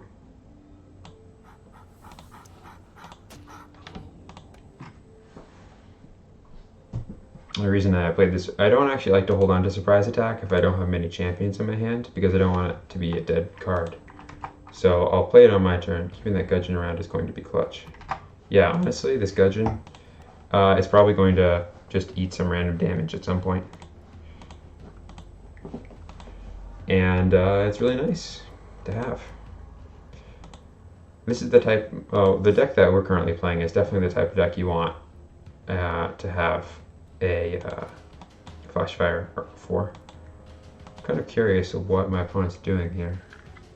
Oh well, I'll play into it. I don't know what's happening. Maybe this is supposed to be a Feeding Frenzy?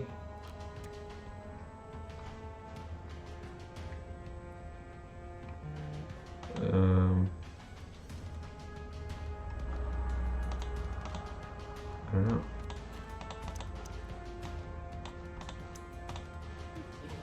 I don't know. I'm just gonna remove that. I'm not sure what that play was for. Maybe he had just had a way to finish it off, but if my opponent is really wants to remove this, then I don't want them to remove it. Because my guess is if he's playing a really wild deck, he doesn't have any effects that break champions or banish champions, so he might actually have a really hard time killing Kong.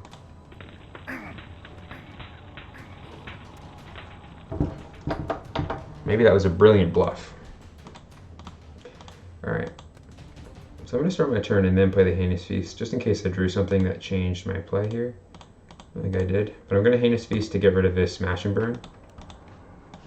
I really like having extra of these effects in my hand because I can do this, but I can still have another banish the opponent's discard pile effect in my hand. Alright, surprise attack's coming out. Maybe, well, Huascar's. Alright. Okay, so only one card's not being revealed, so my guess is that's Amnesia.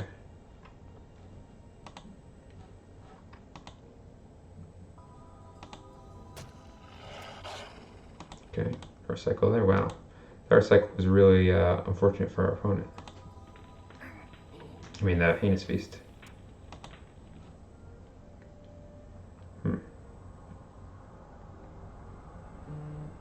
Alright, so let's just play this Necromancer Lord and reveal 2 Drain Essences again. We'll reanimate. My Misguided Herald's really greedy. I don't think it's worth doing. I'm just gonna grab Medusa.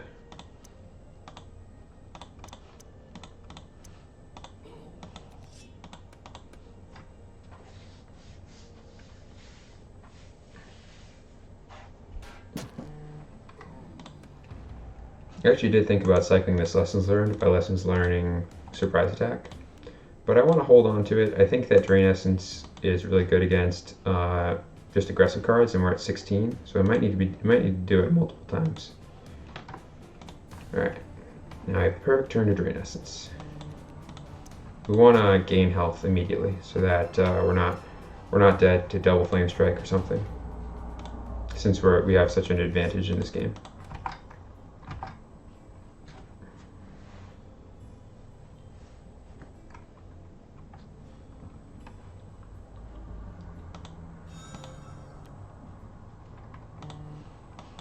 Yep.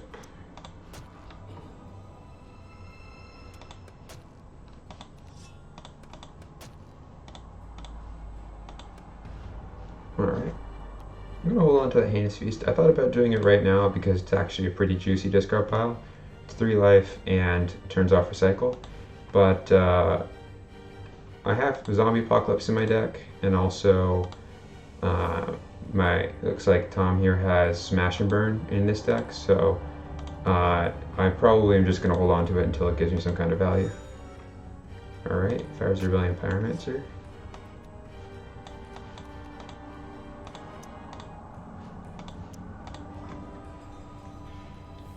It's going to be extra rude here.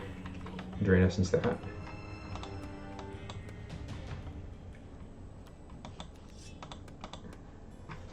So absolutely no way we're getting burned out in this game. Yep. Yeah, the game was pretty rough. Alright. Well, I think I don't have too much time left, so I'm probably going to make some changes to that deck. Maybe I can play one more. Let's see. But I'm going to try and... here, let me just... erase this deck here, and I'm going to take Tom's deck and export it, and then we'll go to a new deck slot and we'll try to make some changes really quickly. So a couple of things that I think I would do. I mean, I don't actually know if they would necessarily be better. It's more like I just want to try them. So I want to, instead of playing the Frost Giant, I think I'm more excited about playing Lessons Learned because there's so many events in this deck. This deck is mostly events, and I want to keep the best ones in and then use those more. So I'm just going to put 3 Lessons Learned in. I think Frost Titan is sometimes a blowout, but it definitely is a card that is risky. I'd be much more excited to play Frost Giant if I had Surprise Attacks in my deck. Of digging, yeah, for sure, yeah, 3 diggings. Yeah, that's fair. Yeah, I mean, my deck was pretty well matched up against your deck. So let's see. What else we want to do? I think that 3 Martial Law and 3 Quell is probably going to be tough because those cards are ones that can get stuck in your hand. Martial Law might be fine here because you can make 5 humans with it at least. But I don't think that I want to be playing 3 copies of Quell, since if you get 2 Quells in your hand, then you might not have time to play either of them. So I think I'm going to go down Quells. I think I also probably just want to go down to 2 Noble Martyrs, because while it is really nice with the Frantic Digging and it has a couple of other synergies, it's not something that I want to see more than 1 copy of in my hand at a time. So I'm going to go down probably to 1 Quell, I think.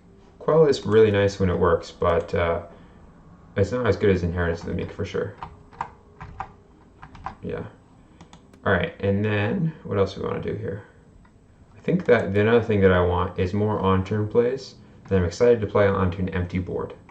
So given that just 1-cost cards that I can just play without any backup.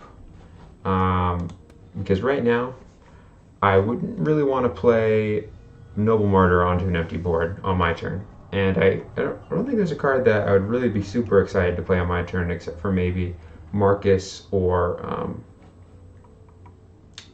Urgent Messengers. I think Urgent Messengers is a perfectly fine play on turn. So I think the best choices are either going to be, if we're looking at good cards, we could play People's Champion.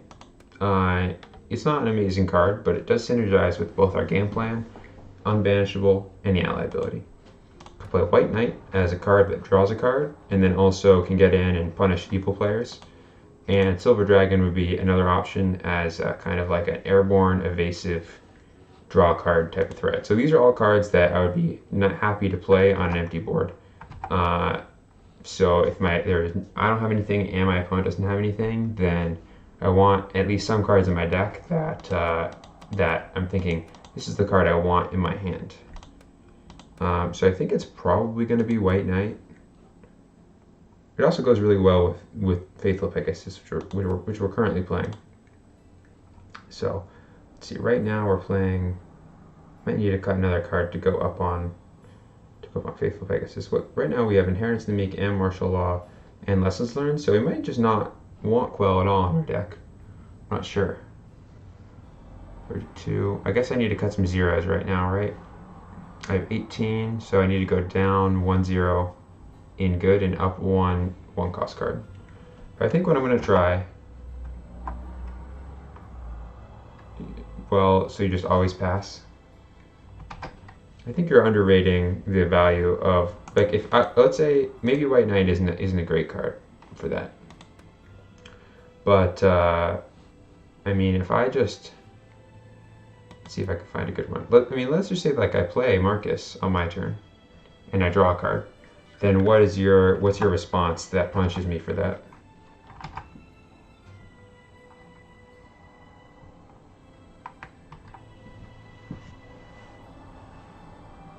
Or maybe Village Protector could also work. I think this card's underrated. It's a little weak to board clears, but you're already playing a token deck, so it's already going to be weak to board clears. I think I'm just going to try it out. I think I also probably want to go down in Insurgency because I don't know if I want to see multiple copies in my hand again. I think that's the main issue I have with Insurgency. I guess it's kind of like Martial Law, the 5 human tokens versus Insurgency for 4. But I also just like having more card draw options available. Yeah, I know what you mean when you say reactive. I guess what I'm saying is your on-turn gold can at least be used to empty your opponent of cards, at least. Or if they draw 2, then you can put pressure on your opponent instead of spending your other token cards to do that. The only thing that's weak about White Knight, I think, is that if you play it and draw a card and they drain essence it, then they gain 9, but you drew a card, which I don't think is that bad of a trade, honestly. I think I'm just going to go with the 2 White Knights. Try that out. And then we need to cut one of these. So I think I'm going to cut one of these Peros. I'm not as excited for Peros as I am for these other options. Alright, I think that's good. We'll try that out. Wave, Reset, and Force Field. Yeah, that's true. And Quell. And Martial Law. And Surprise Attack. With a couple of things. And Wither. But definitely not... you definitely, a lot of people aren't playing answers to it, that's for sure. Alright, so we'll just call this one Token 2. We'll see how it does. We didn't actually make that many changes to it. We just ended up putting in White Knights and removing some of the Quells and also playing Lessons Learned instead of Frost Giant. So we'll see how it does with these changes. I mean, we're probably only going to get in this one game. But yeah, I think small changes are good. If you change your deck too much and then try playing with it, then you might not actually see. Yeah. Okay, Wither doesn't clear the board, but it does prevent them from dealing any damage, usually. Maybe they'll deal 1 if you have a... They can do a lot if you have a multiple anthems out. Enemy turn.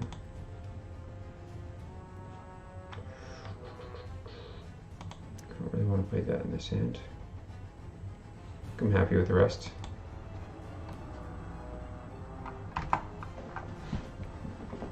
That's fair.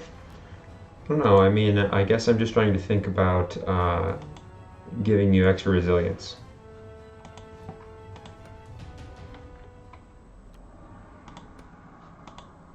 Like this deck could probably also play Ancient Chant in some slots, since you seem to spend. You can play cards very rapidly and run out of cards in hand.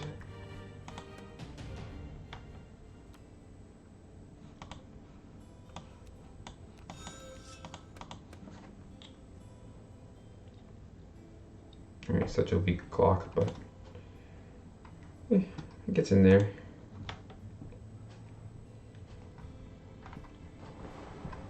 Alright, Angel of Light. I guess we're up against Kark. Yep, looks like the Kark deck. Well, let's just do this.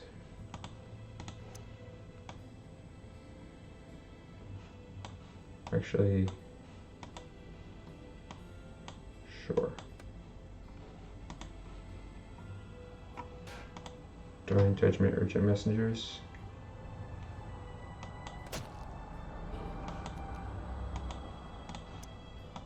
Might as well do this after combat. We don't need it. We don't want to have that on the board at the same time. It's better in our hand than in play. This is definitely a weak clock, though. I think that. All right, he's gonna erase. That is totally fine. I'm just gonna make some humans here.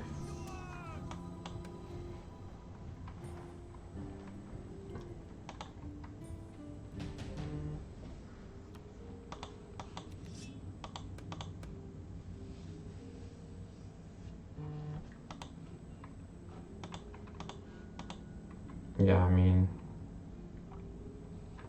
kind of just want to play Justice Prevails here.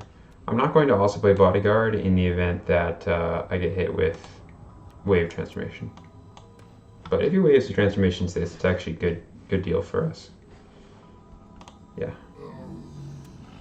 We don't do any damage, but we draw a card and he loses a card, and then all these human tokens get upgraded. This is actually a plus. I'm not going to play anything else since he's almost guaranteed to play. He's almost guaranteed to play. What's it called? Divine Judgment right now. It may have been better to play Revolt there, since it would have been a 0-cost card that would have triggered the forced the Wave Transformation.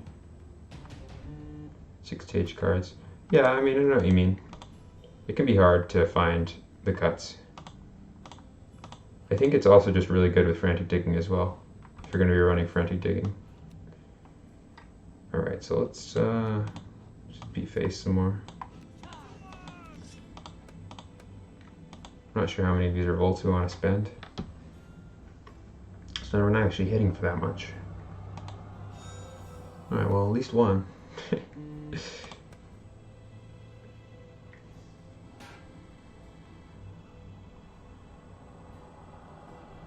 I mean, he may have a second wave of transformation. It's not super likely. Alright. Probably should have just played the second bodyguard, try and get him for 5. I just don't want to get. I just don't want to play around. I don't want to get hit by another wave and then just not have a way to come back. So I'm just going to take my parsley damage here and be happy with it. Alright, Urgent Messengers, sure.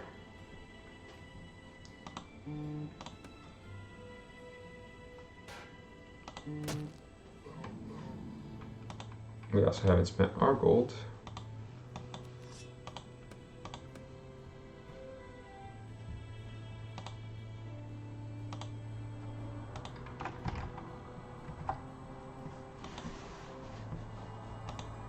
Interesting, consume. I guess he's going to banish this card. Oh no. Sure. Make some humans. I mean, this might be lethal. I mean, not lethal for him, but he might be killing us. With, let's see, Kark would be, what, 1, 2, 3, 4, 5? So 10. So we're dead to, so could gain 12 and go up to 53 if he has all, doesn't seem very likely. Yeah, I'm not going to play around it. Let's pass.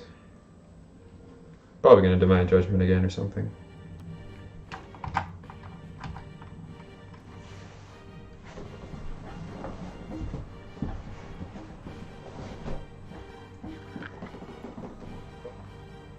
Alright, sure. That tells me he has martial law, probably. Time to... I can't even really draw two, so... I could make a bunch of humans. It's kind of better than drawing a Carbonell Unicorn since, I don't know what he's going to do. I don't think he's going to wave.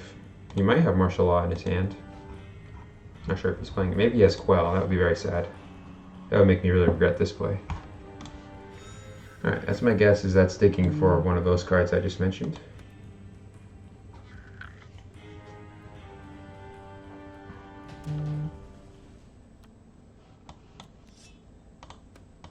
I'm not going to do anything special here. I'm just going to let these humans get in. Unless he does something first. Yeah, like... I don't really care about that. This is just a lot of damage to be taking. Sure.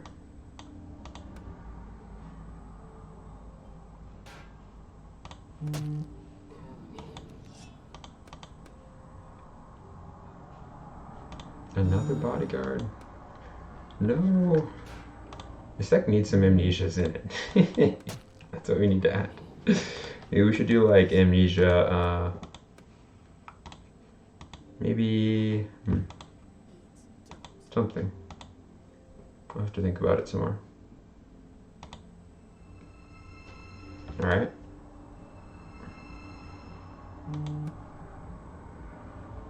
I mean, I guess when this gets blocked, it'll be hasty retreated. Oh, interesting. Oh, I should definitely revolt here, though. That was a mistake.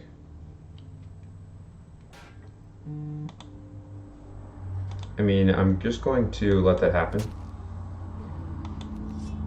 Because I want to let my opponent clear the board if they want to clear the board.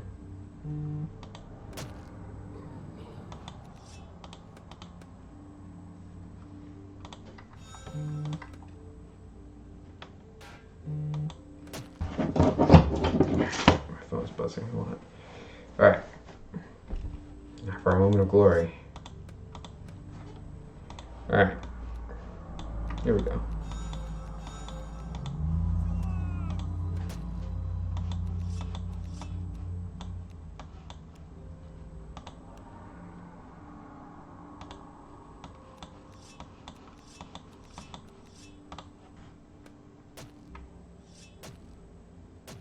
Get in for a lot here. Alright. Oh no, I didn't see my gold. Wait, did I?